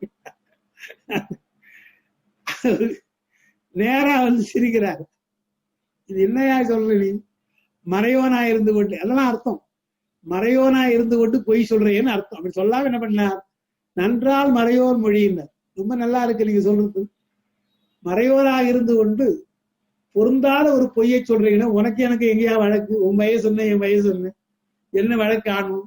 இப்ப நான் கல்யாண வயசு எனக்கு வந்திருக்குது, இதுக்குள்ளே என்ன வழக்கு பண்ணேன், இதெல்லாம் வைத்து இப்படி அண்ட புழுகு புழுகுறியே என்று நன்றால் மறையோர் மொழி என்று எதிர்நோக்கி நக்கான். அது கிட்ட போய் சிரிச்சாராம். உடனே அவரா மூஞ்ச மாதிரி சிரிக்கிறாரா, நக்கான் முகம் நோக்கி. அடுத்த வரி சொல்லுவது பார்த்த உடனே அதே மூஞ்ச ஒரு பாக்குறாரு, மறுபடியும் அதே கோபத்தோடு பாக்குறான். நக்கான் முகம் நோக்கி. அவர் சிரிச்ச உடனே அதே மூஞ்ச திரும்பி பார்த்து நக்கான் முகம் நோக்கி நடுங்கி நுடங்கி. அந்த கோபத்துல அவருக்கு வயசாயிடுச்சு, வயசான ஒரு நடுக்கம் வருகிறது, தளர்வு வருது, கூர்பாரு வளைஞ்சு போகுது, உடம்பெல்லாம் வளையுதான். நடுங்கி நுடங்கி யாருக்கும் நிக்கான். எல்லாருக்கும் பெரியவன் தான், அவனுக்கு என்ன நடுக்கம் இருக்கு நுடக்கம் இருக்குது, ஒண்ணும் கிடையாது. யாருக்கும் மிக்கான், எல்லாருக்கும் பெரியவன். நடுக்கிறான், நடுங்க போல அவளை அழகா ஆக்ட் பண்றார். அவரு கூத்த நல்லவா, அது கூத்த பிறான், அவருக்கா நடிக்க தெரியும், அழகா நடிக்கிறார். நடுக்கம் வருதான், அப்படி வளையறாராம். நடுங்கி நுடங்கி என்ன போச்சு, மேல போட்டு துணி அது கீழே விழுதான். கீழே விழுந்து அதை எடுத்து தூக்கி மேல போட்டாராம். அந்த கோபத்தை அப்படி தூக்கி போடுறாராம். நடுங்கி நுடங்கி யாருக்கும் மிக்கான் மிசை உத்திரிய துகில். மேல இருந்த உத்திரிய துகளை தாங்கி அப்படி கையில வச்சுட்டாராம், பிடிச்சிட்டாராம். தாங்கி கொண்டு மிசை உத்திரிய துகள் தாங்கி மேற்சென்றுனா கிட்ட போய் நடத்தும். நேர கிட்ட போடாது, மேற்சென்று அக்காலம் உன் தந்தை தன் தந்தை ஆழ்வோல ஈதார். இக்காரியத்தை நீ இன்று சிரித்தது என்ன ஏட, என்ன என்னடா சிரிக்கிற? அக்காலம் உனக்கு தெரியுமா? அந்த காலம் நீ சின்ன பையன், உனக்கு தெரியுமா அதெல்லாம்? என்னுடைய வயசு என்ன, உன்னுடைய வயசு என்ன? நீ இன்னும் பொய் சொல்ற, பொய் சொல்ற நீ சிரிக்கிற, மூஞ்சி பார்த்து சிரிக்கிற என்ன சொல்லிட்டு, அக்காலம் அது ஒரு காலம், அக்காலம் ஒரு காலம். உன் தந்தை தன் தந்தைன்னு, உங்க அப்பாவுக்கு அப்பா தெரியுமா உனக்கு? உங்க அப்பா அதுக்கு மேல ஒரு அப்பா தெரியுமா உனக்கு? உன் தந்தை தன் தந்தை ஆள் ஓலை இது, அவர் கொடுத்த அடிமை ஓரடா இது. ஈதால் கையில வச்சுங்க பாரு, ஈதால் அப்பதான் கையில காமிக்கிறார். அது வந்து சொல்லுது இக்காலம், அது கையில கொண்டாந்துருவாங்க. அக்காலம் உன் தந்தை தன் தந்தை ஆள் ஓலை ஈதால் இக்காரியத்தை நீ இன்று சிரித்தது என் ஏட. எவ்வளவு பெரிய டாக்குமெண்ட் இது! உங்க அப்பாவுக்கு அப்பா கையெழுத்து போட்டு கொடுத்துருக்கிறா, அந்த பழைய ஓலை ஜாக்கிரதையா கொண்டு வந்து உங்கள்கிட்ட காண்பிக்கிற. சிரிக்கிறியே ஏட என்றால் என்னடா சிரிக்கிறேன் சொல்றதே. இப்போ தஞ்சாவூர்காரங்க என்னடா சிரிக்கிறது, அதே மாதிரி ஏடன்னு அந்த வார்த்தையை விட்ட.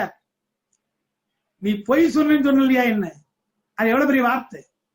மறையோன் நல்லால் மறையோன் மொழி அப்படின்னு சொன்னே, பொய்யா சொல்ற என்று. ஏடா உனக்கு என்னடா தெரியும் என்று இறங்கிட்டார், கீழே இறங்கி பேச ஆரம்பித்தார். சின்ன பையன் தான். இக்காரியத்தை நீ இன்று சிரித்தது என் ஏட அப்படின்னார். என்ன அந்த கோபத்தோடு ரொம்ப பலமாக பேசுறார். அப்ப ஏதோ உண்மை இருக்குமோ அது சமயம் வந்துருச்சு. பக்கத்துல இருக்கிற நம்முடைய நம்பியார் இப்ப கரெக்டா சொன்னா கையில வேற ஒண்ணு வச்சுக்கிறான், டாக்குமெண்ட் அவனுக்கு காண்பிக்கிறான். அந்த ஆளு கோபமா பேசுறானு, இக்காலம் அக்காலம் சொல்றானு. இல்லடா, ஏன்னா சின்ன பையன், ஒருவேளை இருக்குமோ என்று சந்தேகம் வந்துருச்சு. வந்து என்ன பண்ணார், அடுத்த பாட்டுல மாசிலா மறைவில் வந்த வள்ளல். மாசிலா மறைவில் வந்த வள்ளல்னா நம்முடைய நம்பியார். அப்படிப்பட்ட நம்பியார் ஆதிசைவ மரபிலே வந்தவர். மாசிலா மரபு, பெருமானையே வழிபடுகின்ற அந்த மரபு. அந்த மரபிலே வந்த வள்ளல் வேதியனை நோக்கி, அந்த அந்தனை நோக்கி, நேசம் முன் கிடந்த சிந்தை நிகழ்ச்சியால் சிரிப்பு நீங்கினார். பெருமானை தரிசிக்க தரிசிக்க அவருக்கு அந்த எண்ணம் வருது இல்லையா? பக்கத்திலே இருக்கிறார், அந்த தெய்வ சாநித்தியம் அவருக்கு, அந்த பழைய நினைவு கொஞ்சம் கொஞ்சமாக அந்த ஆசை அவருக்கு தன்னை அறியாமல் வருது. சொல்றோம் இல்லையா, என்னமோ திருடா, அவனை பார்த்தா ஒரு மாதிரி எனக்கு இருடா சொல்றோம் இல்லையா, அந்த மாதிரி அவரை பார்க்கிறார். நேசம் முன் கிடந்த சிந்தை நிகழ்ச்சியால், முன்னே இருந்த நேசம், கைலாயத்திலே இருந்த நேசம், கைலாயத்திலே நாள்தோறும் அவரை வணங்கி வணங்கி அன்பு செய்த நேசம் அல்லவா அது. நேசம் முன் கிடந்த சிந்தை நிகழ்ச்சியால், அந்த அந்த எண்ணம் லேசா அவருக்கு வருகிறது. பெருமானை திருவருளாலே கொடுக்கிறார், நெகிழ்கிறது, மனம் நெகிழ்கிறதா அவருக்கு. கடுமையா பேச அவரால முடியல. நேசம் முன் கிடந்த நிகழ்ச்சியால் சிரிப்பு நீங்கினாரா, சிரிக்கிறது விட்டார், கொஞ்சம் சீரியஸா போயிட்டார். என்னமோ சொல்றாரே என்று. அது என்ன காரணம்? முன்னே இருந்த ஒரு அன்பு, கைலாயத்திலே இருந்த அந்த அன்பு அவருக்கு கொஞ்சம் கொஞ்சமாக வருகின்றது உள்ளத்துல. சிந்தை நிகழ்ச்சியால் சிரிப்பு நீங்கினார். அப்புறம் என்ன பண்றார்? ஐயா, ஆசில் அந்தணர்கள் வேறோர் அந்தணருக்கு அடிமையாதல் பேச இன்று உன்னை கேட்டோம். இதான் கோபமா இருக்கின்றது. அந்தணர்களுக்கு அடிமையாவது கிடையாது. அது என்ன வரலாறு என்றால், அந்த காலத்துல ஒருவர் அடிமையாக போகலாம், சாதாரண குடும்பத்திலே ஒருவரை அடிமையாக போகலாம். சுந்தரே பின்னால பாட போறார், விற்றுக்கொள்வீர் ஒற்றி அல்லேன் விரும்பி ஆட்பட்டேன் என்றார். ஏன் உனக்கு ஆள் தானே, நானு என்ன பிடிக்கலையா, வித்துரு என்ன, அது யாரு போய் விற்கிறது, வித்துரு என்ன அப்படின்ற, யாருக்கா வித்துரு நான் போய்க்கிறேன், அவனுக்கு அடிமையா இருக்கிற மாதிரி பேசுறாரு இல்லையா. அது போல ஆள் அடிமையாக போவது என்பது அந்த காலத்து மரபு. ஆளாக போவது என்று ஆண் பெண் எல்லாமே கூட தமிழ்நாட்டோடு போயிருக்காங்கிறது பெரிய பாலத்தை சான்றுகளை நம்ம பார்க்கலாம். அதை சொல்றார். அடிமையாக போதல் என்பது இருக்குது, ஆனா அந்தணர் குலத்திலே அது கிடையாது. ஒரு அந்தணர் இன்னொரு அந்தணருக்கு அடிமை என்று கிடையாது. அது என்ன சொல்றாரு இங்க, ஆசில் அந்தணர்கள், நாங்கள்லாம் ஆதி செய்வர்கள். வேறோர் அந்தணன் நீ வேறோர் அந்தணன் என்றால் வைதிக செய்வன், வைதிக பிராமணன் நீ. உனக்கு உபநயனம் தான், தீட்சை கிடையாது. நாங்களெல்லாம் தீட்சை பெற்று பெருமானை வணங்குகின்ற ஆதி செய்வர்கள். இந்த ஆதி செய்வ குலம் என்பது வேறு, நீங்கள் சொல்லுகின்ற வைதிக பிராமணர் மாத்த பிராமணர் என்பது வேறு. அங்கெல்லாம் எப்படி அடிமையாக முடியும்? ஆசில் அந்தனருக்கு அந்தனே அடிமை கிடையாது ஒன்று. அதிலும் ஆசில் அந்தனர்கள் வேறோர் அந்தனருக்கு அடிமையாதல் பேச இன்று உன்னை கேட்டோம். நீதான் சொல்ற, முதலாவது இந்த மாதிரி யாரும் சொன்ன கிடையாது என்று. பித்தனோ மறையோ, அங்கதான் வார்த்தை சொல்றார். பித்தனோ மறையோன், பைத்தியம் பூச்சி போச்சு அந்த ஆளுக்கு. பித்தனோ மறையோன் என்றார் என்று வருது. நம்ம இன்னைக்கு சொல்லியிருக்கிறோம் அந்த பாட்டுல. பித்தனோ மறையோன் என்பதுதான் பாடம், அதான் சரியான பாடம். பித்தனோ மறையோய் என்று எகரம் போடுறாங்க, மறையோய் போடுறாங்க. அது முன்னிலை சொல், அது சரியில்லை, சரியான பாடம் அல்ல. சில இடங்கள் அப்படி போட்டிருக்காங்க, பழைய பாட்டு படத்துல அப்படி போட்டிருக்காங்க. அது என்னன்னா, உன்னிடையும் என்னிடையும் வழக்குன்னு சொல்லிட்டு அங்க இருக்கிற அவையோரை பார்த்து தான் சொன்னார். அவையோரை பார்த்து யாவரும் கேளுங்கள், இந்த மொழி கேளுங்கள் யாவர்களும் சொன்னார் இல்லையா, அவையோரை பார்த்துன்னு சொன்னார். அதனால இவன் பண்ணார், சுந்தர் என்ன பண்ணார், பித்தனோ மறையோன் என்று மற்றவர்களை பார்த்து, இவன் பைத்து முடிச்சு போச்சா என்று நேரா சொல்லாம அவையை பார்த்து சொல்றார். இந்த மாதிரி அந்தனருக்கு அடிமையான்னு சொல்றானே, இவர் என்ன பைத்து முடிச்சு போச்சா, பைத்தியக்காரரா, பித்தனோ மறையோன் என்றார். யாரை பார்த்து? அவரை பார்த்து சொல்லல, நீனா பித்தனாயா நீ என்று அப்படி சொல்லல. இவர் பித்தனா, பைத்து முடிச்சவரா இவர் என்று அவையை பார்த்து சொல்றார். அவையை பார்த்து சொன்ன இவர் என்ன பண்ண பாருங்க அடுத்த பாட்டுல, பித்தனுமாக பின் பேயனுமாக. நீ ஏதாவது சொல்லுங்கப்பா, என்ன நேரா பார்த்து சொல்லல, என்ன பைத்து முடிச்சனா இருக்கணும் என்று சொன்ன உடனே சொல்லுப்பா, பித்தனுமாக பின் பேயனும் ஆக, ரெண்டு எனக்கு பொருள். பித்தனுமாக பின் பேயனுமாக நீ இன்று எத்தனை தீங்கு சொன்னாய், யாரும் அவற்றால் நானே. எனக்கு வெக்கம் கிடையாது. எனக்கு அதெல்லாம் வெக்கலாம் உனக்கு. நீ சொல்லு, பேய்னா சொல்லு, பைத்தியக்காரனா சொல்லு, பிச்சைக்காரனா சொல்லு, எதையாவது சொல்லி, எல்லாம் எனக்கு பொருந்தும் இல்லையா? எல்லாம் எனக்கு பொருந்தும். எனவே பித்தனுமாக பேயோடு ஆடுகிறவன் சொல்லிக்கோ, நான் பேயோடு தான் ஆடுறேன் என்பது போல என்ன பண்ணார்? பித்தனுமாக பேயனுமாக என்று அவர் கோபத்திலே சொல்வது போல சொன்னாலும் அவையெல்லாம் உண்மையான சொற்கள். பெருமான் பேயோடு ஆடுகின்றவன் தானே, எனவே பேயன் தான். உயிர்கள் மேலே பேரன்புடையவன் அல்லவா, எனவே அவர் பித்தன் தான். எனவே பித்தன் என்றால் பேரன்புடையவன் தான் அர்த்தம், கைத்தியன் அர்த்தம் கிடையாது. பித்தனுமாக பின் பேயனும் ஆக இன்று எத்தனை தீங்கு சொன்னாய், யாதும் அவற்றால் நானேன். யாதுமற்ற அவற்றால் நானே, எனக்கு வெக்கம் கிடையாது. அத்தனைக்கு என்னை ஒன்றும் அறிந்தலை ஆகில்னர்.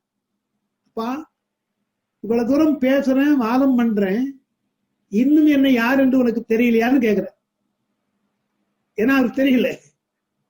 அத்தனைக்கு என்னை ஒன்றும் அறிந்தலை ஆகில். சரி, நீ யார் என்று எனக்கு புரிஞ்சுக்கல, அதை விடு. வழக்காடுகிற பொழுது உண்மையிலே நான் அந்த ஓலை வைத்துக் கொண்டிருக்கிறேன், இவருக்கு நான் அடிமைதான் என்றால் தெரியும் இல்லையா? அதுவும் தெரியல உனக்கு. அத்தனைக்கு என்னை ஒன்றும் அறிந்தலை ஆகில், நான் உனக்கு எஜமான என்று உனக்கு தெரியவில்லை என்றால் பரவாயில்லை, நான் அதை பத்தி கவலைப்படல. வித்தகம் பேச வேண்டாம், இதெல்லாம் வாதெல்லாம் பண்ணாத. அந்த அளவுக்கு வேறொரு அந்த அடிமையா ஆகுலாம் சொல்லாத, அதெல்லாம் எனக்கு வாதம் பண்ண தெரியாது. வித்தகம் பேச வேண்டாம். உங்க மரபுல அந்த அளவுக்கு அடிமையாக போகாம இருக்கலாம், ஆனால் இது அப்ப நடந்ததல்ல, உங்க அப்பா காலத்துக்கு முன்ன நடந்தது. இன்னைக்கு ஒன்னா அது இல்லாம இருக்கலாம். எனவே அது தெரியாது உனக்கு, அதை பற்றி எனக்கு கவலை இல்லை. வித்தகம் பேசாது, ஆராய்ச்சி பண்ணி விவாதம் பண்ணாத, பணி செய்ய வேண்டும். அது ஒண்ணுதான் எனக்கு வேலை செய், பணி செய். இந்த 2 வரி அது எல்லாத்துக்கும் பொருந்தும். பித்தகம் பேச வேண்டா, பணி செய்யல் வேண்டும் என்பது நமக்கெல்லாம் உரியதுதான். பெருமானை பற்றி நாம் விவாதம் பண்ணிக்கொண்டு இருக்கிறாரா இல்லையா என்று சொல்லிக்கொண்டோ, எப்படி இருக்கிறான்னு சொன்னா இப்படி செய்யலாமா அப்படி செய்யலாமா என்றெல்லாம் விவாதம் வேண்டாம். பெருமானுக்கு பணி செய்தால் போதும். அதுதான் பொதுவாக மெசேஜா சொல்ற. பித்தகம் பேச வேண்டா, பணி செய்யல் வேண்டும்.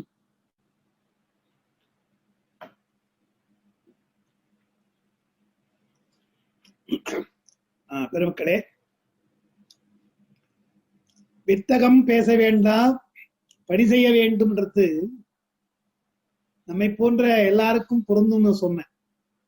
எனவே பெருமானை பற்றி ஆராய்ச்சி எல்லாம் வேண்டாம், நாம் அவனுக்கு பணி செய்தால் போதும். அதுதான் சைவத்துல ஒரு முக்கியமானது.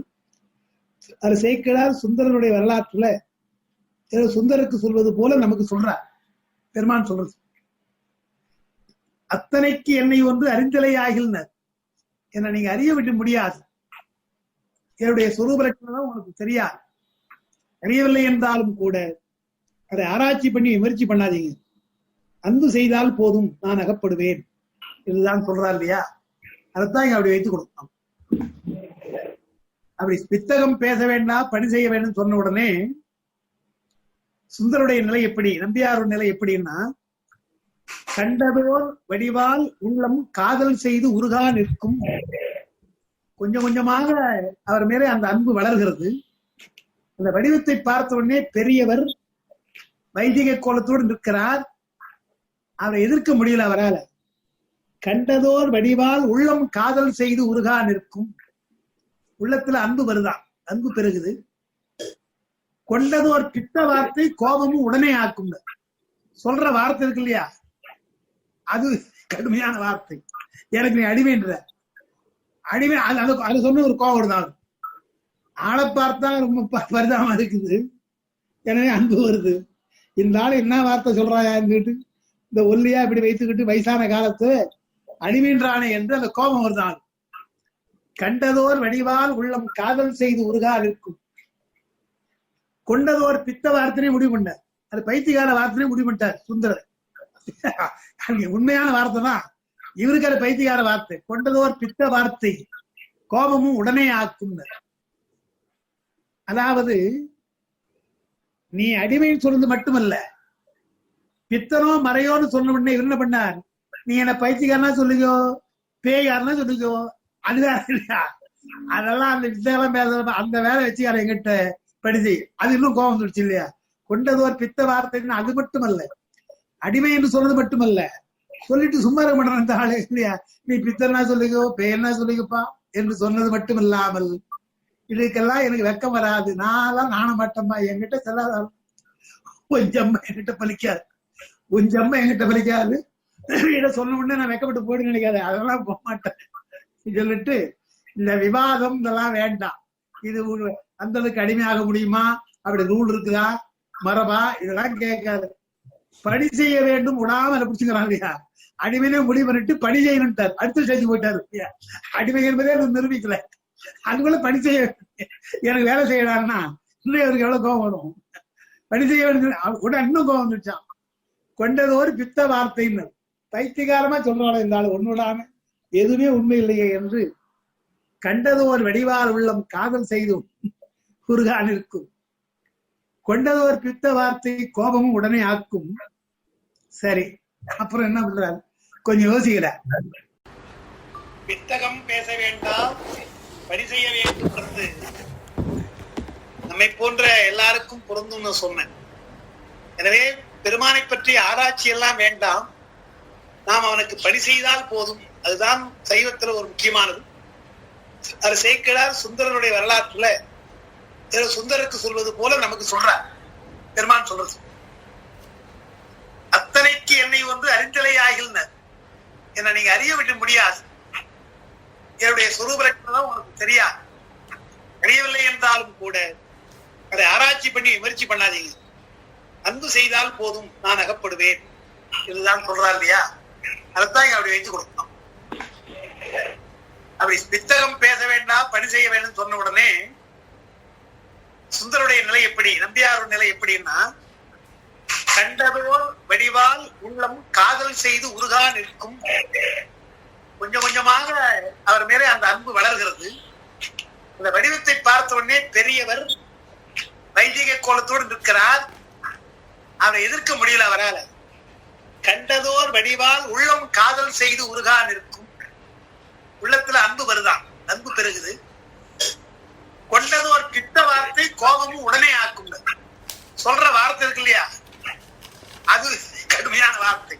எனக்கு நீ அடிமைன்ற அடிமை, அது சொன்ன ஒரு கோபம் தான். ஆளை பார்த்தா ரொம்ப பரிதாபமா இருக்குது, எனவே அன்பு வருது. இந்த ஆள் என்ன வார்த்தை சொல்றாங்க, இந்த ஒல்லியா இப்படி வைத்துக்கிட்டு வயசான காலத்து அடிமைன்றானே என்று அந்த கோபம் வருதான்.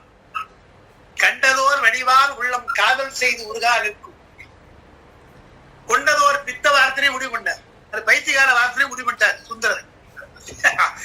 உண்மையான வார்த்தை தான், இவருக்கு அது பைத்தியகார வார்த்தை. கொண்டதோர் பித்த வார்த்தை கோபமும் உடனே ஆக்கும். அதாவது நீ அடிமைன்னு சொல்றது மட்டுமல்ல, பித்தனோ மறையோன்னு சொன்ன உடனே என்ன பண்ணார், நீ என்ன பைத்தியக்காரனா சொல்லிக்கோ, பேயாருன்னா சொல்லிக்கோ, அதுதான் இல்லையா? அதெல்லாம் அந்த வித்தையெல்லாம் பேச அந்த வேலை வச்சுக்கார எங்கிட்ட படிச்சு அது இன்னும் கோபம் வந்துடுச்சு இல்லையா? கொண்டது ஒரு பித்த வார்த்தைன்னு அது மட்டுமல்ல, அடிமை என்று சொல்றது மட்டுமல்ல, சொல்லிட்டு சும்மா இருக்க மாட்டேன் அந்த ஆளு இல்லையா? நீ பித்தனா சொல்லிக்கோ, பேயன்னா சொல்லிக்கப்பா என்று சொன்னது மட்டுமில்லாமல், இதுக்கெல்லாம் எனக்கு வெக்கம் வராது, நான்லாம் நாண மாட்டேன்பா, என்கிட்ட செல்லாத கொஞ்சம் என்கிட்ட பலிக்காது, கொஞ்சம் என்கிட்ட பலிக்காது, இதை சொன்ன உடனே நான் வெக்கப்பட்டு போயிட்டு நினைக்காது, அதெல்லாம் போக மாட்டேன் சொல்லிட்டு இந்த விவாதம் இதெல்லாம் வேண்டாம். இது அந்த அடிமையாக முடியுமா, அப்படி ரூல் இருக்குதா, மரபா, இதெல்லாம் கேட்காது. பணி செய்ய வேண்டும் விடாம பிடிச்சுக்கிறான் இல்லையா?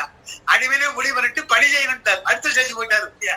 அடிமை என்பதே நிரூபிக்கல, அதுக்குள்ள பணி செய்ய எனக்கு வேலை செய்யறாருன்னா இன்னும் இவருக்கு எவ்வளவு கோபம் வரும். பணி செய்ய வேண்டும் உடனே இன்னும் கோபம் வந்துச்சான்.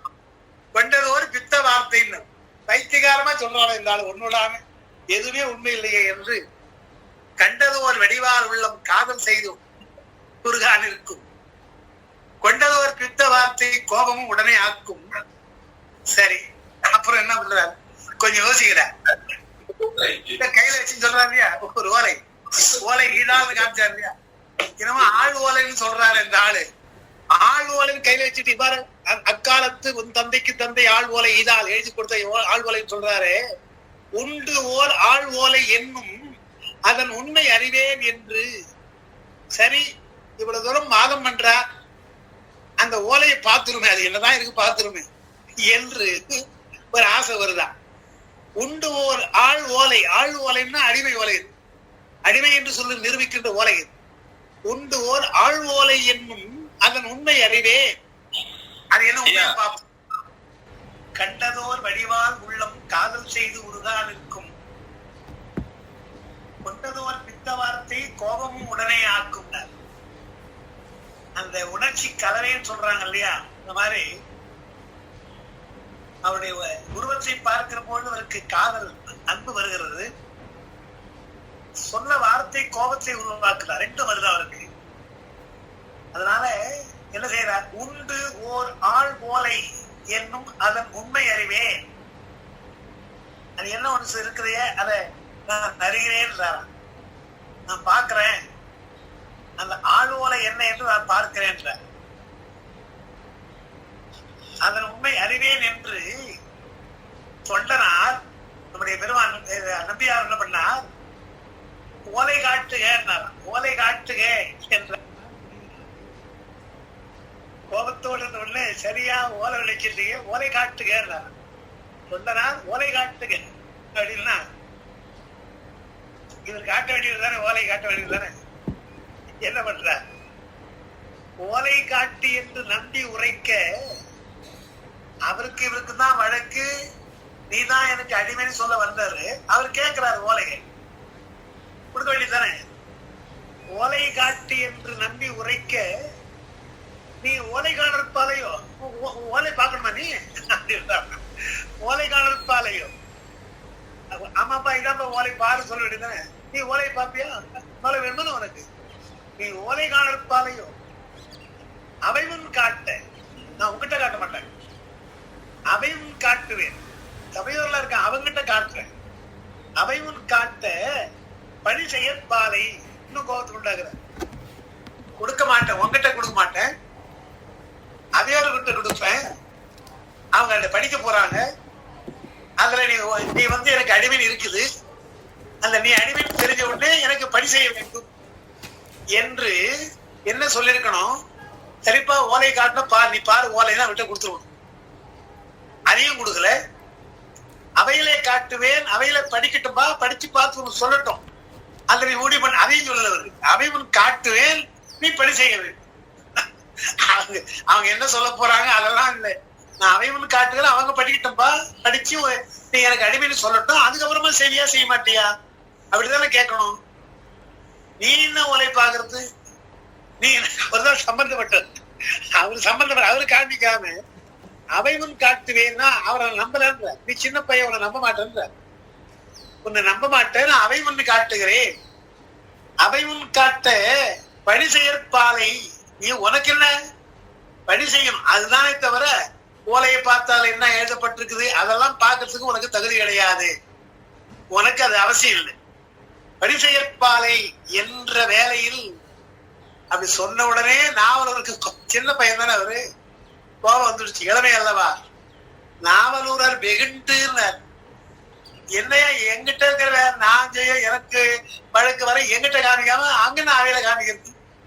வெகுண்டு மேல் விரைந்து சென்று மாலையன் தொடராதானை வலித்துவின் தொடரல் உற்றார். அவர் வேகமா வந்தார் இல்லையா, இவர் அவையில நின்று கொண்டு சொல்றாரு, பேசாம இருந்ததுக்கு கோபம் வந்து மேல கிட்ட வேகமா வராரு இல்லையா, வந்தோடனே ஓடுற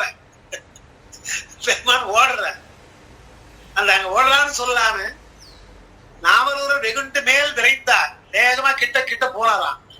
விரைந்து சென்ற பொழுது மாலையன் தொடராதானை வலிந்து பின் தொடர விட்டாரு, அது ஓடுறாரு, அதுக்குள்ள ஓடுற, ஓடவே பின்னால தொடர்றார்.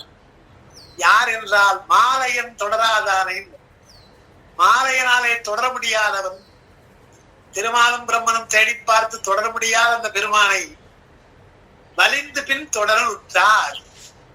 எப்படியாவது குடிச்சிடற பாரு ஒண்ணுன்னு வேகமா போறான், அது ஓடுற, அந்த கூட்டத்துல ஓடுற, இவர் பிடிக்க போறார். ஆவணம் பறிக்க சென்ற அளவினில் அந்த நாள் காவணத்திலேயே ஓட, காவணம் என்றால் மண்டபம், திருமண மண்டபம். ஆவணம் பறிக்கதான் போறார். அதாவது சுந்தரர் நம்பியாரூர் ஆவணத்தை பார்க்க போற, ஆவணம் பறிக்க அவர் நோக்கமே என்ன, ஆவணம் பறிக்க சென்ற, அவர் கையில் எடுத்து புனவன் முதல் ஆவணம் பறிக்க சென்ற அளவினில் அந்த நாளும் காவணத்திலேயே ஓட, மண்டபத்துல ஓடுறாராம், கல்யாணத்துல ஓடுறாராம் பெருமான். அதாவது நடுங்கி நுடுங்கி கால் ஊன்றி கொண்டு தள்ளாடி வந்தவர் இப்ப ஓடுறாரு, ஓடுறாராம். காவணத்திலேயே ஓட கடிது பின் தொடர்ந்துனார், வேகமா போற கடிது இல்ல, வேகமா குயிக்க ஓடுறாரு, அங்க ஓடுறாரு. கடிது பின் தொடர்ந்து நம்பி பூவனத்தவரை விட்டார், போய் பிடிச்சார். பூவனத்தவரை விட்டார். பூவனம் என்றால் நயமா சொல்றாங்க, பூ போன்ற மென்மையான உடம்பு வரும், வயசானவர் இல்லையா, வயசானவர் வரார், மென்மையான உடம்பு பாவம், அந்த போய் பிடிக்கிறார். பூவன பூ போல உடம்பு அவருக்கு வயதாகி போகுது. அவர் என்ன உண்மையிலே பெருமான் பூ போல இருந்தார். செந்தாமரைக்காடு அணையமேனி அப்படின்றார் பெருமான மாணிக்கவாசன். அது போல அந்த அம்மா அபிராமி இருந்தார், பாடுற அபிராமி பட்டர் எல்லாம் அம்பு என்றார். அதாவது அந்த அம்மா அருணாம்புயத்தும் என் சித்தாம்புயத்தும் அமர்ந்திருக்கும் தருணாம்புயமே முளைத்தலை தையல் நல்லால் அவருடைய கருணாம்புயத்தும் கராம்புயத்தும் வதனாம்புயத்தும் பதாம்புயத்தும் எல்லாம் அம்பயம் அம்பு என்ற அவருடைய பாதங்கள் தாமரை, கைகள் தாமரை, முகம் தாமரை, கண்கள் தாமரை என்று வரிசையாக தாமரை தாமரை என்று அபிராமி பாடுறார் இல்லையா, அது போல எல்லாம் இருக்கு. தாமரை போல மென்மையான மேனை அல்லவா இருக்கு. எனவே பூ மணத்தவரை என்ற எல்லாம் பூ போல, பாதம் தாமரை போல, உடம்பு தாமரை போல, எல்லாம் கரங்கள் எல்லாம் தாமரை போல, முகம் தாமரை போல. எனவே பூவே வண்ணமாக, தாமரையே வண்ணமாக இருக்கின்றவர். அதான் அர்த்தம். திருப்பூவனம் என்று இருக்கிறே, அதை சொல்றாங்க, பொருத்தமா இல்லை. திருப்பூவனத்தை சார்ந்தவர்னு அது அவளை பொறுத்து பொதுவா இருக்கிறார். இங்க பூவனம் மட்டும் தனியாக சொல்ல வேண்டிய அவசியங்கள். பூவனத்தவரை உற்றார் அவரால் புறங்கள் செற்ற ஏவன சிலையினாலே யார் தொடர்ந்து எட்ட வல்லார்னார் ஜெயிக்கிறார். அவர் தான் சுந்தரனால பிடிக்க முடியும், அவரை யாரும் பிடிக்க முடியும். அவரால் சுந்தரனை தவிர புறங்கள் செற்ற ஏவன சிலையினார், ஏ என்றால் அம்பு அர்த்தம், ஏ அம்பு, புறங்கள் செற்றார், முப்புறங்களை எரித்த அம்பை வைத்துக் கொண்டிருந்த பெருமான். ஏவன சிலையினாரை அம்பு ஒரே அம்பு வைத்திருந்தால் அதையும் அவரை போடல, திருத்தே இருச்சார். அப்படிப்பட்ட பெருமானை யார் தொடர்ந்து எட்ட வல்லார்னார், யார் தொடர்ந்து எட்ட முடியும்னு கேட்கிற. சுந்தரன் தானே எட்ட முடியும், பிடிச்சிட்டார், போய் பிடிச்சிட்டார். பிடிச்சு என்ன பண்ணாரு, பிடிச்சு வாங்க வேண்டியது தானே. இந்த கோபம் இருக்கு, பொய்யா சொல்றானே என்று ஓடுறான், இருந்தாலும் அங்கேயும் ஓடுறானே நம்மகிட்ட என்று மறைகள் ஆகின முன் போற்றி மலர்ப்பதம் பற்றி நின்ற இறைவனை தொடர்ந்து பற்றினார். எப்படிப்பட்ட திருவடி அந்த திருவடி, மறைகளெல்லாம் பாராட்டுகின்ற திருவடி, போற்றி செய்கின்ற திருவடி, மலர்ப்பாதம். அந்த அதை பற்றி நின்ற இறைவனை தொடர்ந்து பற்றினார். முதல்ல போய் என்ன பண்ணார், மறைகளாயின முன் போற்றி போற்றி மலர்ப்பதம் பற்றி நின்ற, மறைகளெல்லாம் திருவடியை பாராட்டுகின்ற அப்படிப்பட்ட பாதம், அது நின்ற இறைவன் அப்படி பிடிச்சார், அப்படி ஆளை பிடிச்சிட்டு நிற்கிறார். இறைவனை தொடர்ந்து பற்றினார், வேகமாக ஓடி பற்றினார். எழுதும் ஆளோலை வாங்கி கையில் வச்சிருந்தார் இல்லையா, அந்த எழுதும் ஆளோலை வாங்கி அரைகடல் அண்ணல் ஆளாய் அந்தனர் செய்தல் என்ன முறை, அரைகடல் அண்ணல் ஆளாய் அந்தனர் செய்தல் என்ன முறை அப்படின்ற. அதாவது ஒரு அந்தணனை ஆள் என்று சொல்லுகிறாயே, அடிமை என்று சொல்லுகிறாயே என்று அரைகடல் அண்ணல் சொன்னா நம்முடைய சுந்தர பெருமான். அவர் ஆளாய் அந்தனர் செய்தல் என்னை, ஒரு அந்தனை ஆள் சொல்றைய, அடிமை சொல்ற, இது எங்க நடக்கும் என்று செய்தல் என்னை, செய்தல் என்ன என்ன முறை, இது எங்கேயா இருக்குது எந்த முறை என கீறியிட்டார். கீறியிட்டார் அந்த ஆழ்வோலை என்ன எழுதிருக்குன்னு அதை பார்க்கவே இல்லை. அது சுந்தரம் என்ன எழுதிருக்கான்னு பார்க்கணும், அதையும் பார்க்காம ஆள் ஓலை வாங்கினார், கீறிட்டார், கீழ்ச்சி போட்டு. இது இருந்தா தானே அவனுக்கு இதான ஒரு சான்று, ஆள் ஓலை காட்டுற என்ற முக்கியமான சான்று அல்லவா, அதை கீறிட்டார். அந்தனர் செய்தல் என்ன முறை என கீறிட்டார், முறையிட்டான் முடிவிலாதான். ஓ ஒண்ணு கத்துறார் பெருமான், இது என்ன முறையா முறையா அது சொல்ல போறார் பெருமாள் அடுத்த பாட்டு. அருமறையும் முறையிட்டின்னும் அறிவதற்கு அறியாத அருமுறையல்ல, மறைகளெல்லாம் ஓ என்று முறையிடுகிறது. அப்படி மறைகள் எல்லாம் ஓலவிட்டும் கூட அறிய முடியாத பெருமான் அவன் இப்ப என்ன பண்ணா, பற்றி ஒரு முறை முறையோ என்ன பற்றின்னா கீழ்ச்சி போட்டா இல்லையா சுந்தரர், உடனே கையை பிடிச்சிட்டார், சுந்தரனை கையை பிடிச்சிட்டார்.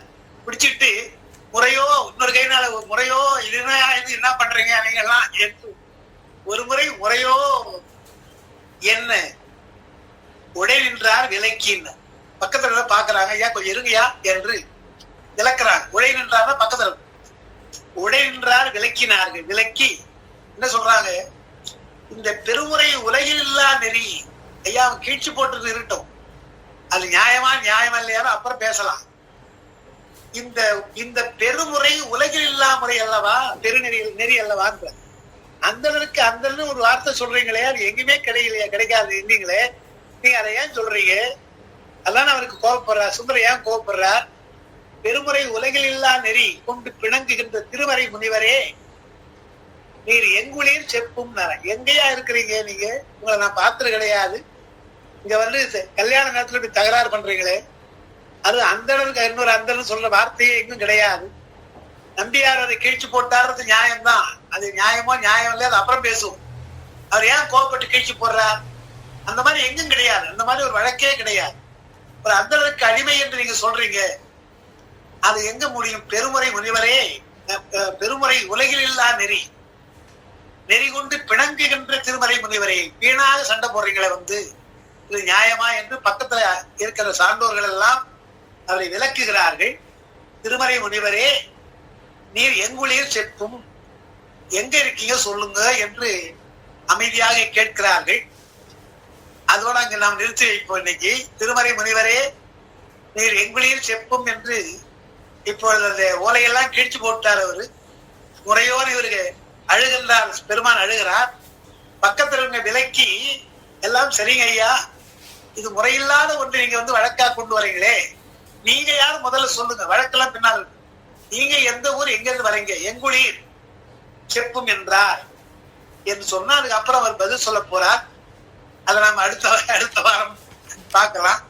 அந்த வழக்கு ஒத்தி வைக்கப்பட்டதுன்ற மாதிரி இப்போ நமக்கு வழக்கை ஒத்தி வைப்போம். நாம் அடுத்த வாரம் மீண்டும் சந்திக்கலாம் என்று கூறி நாம் நிறைவு செய்வோம். நம்ம ஒரு வாழ்த்து பாடுவோம்.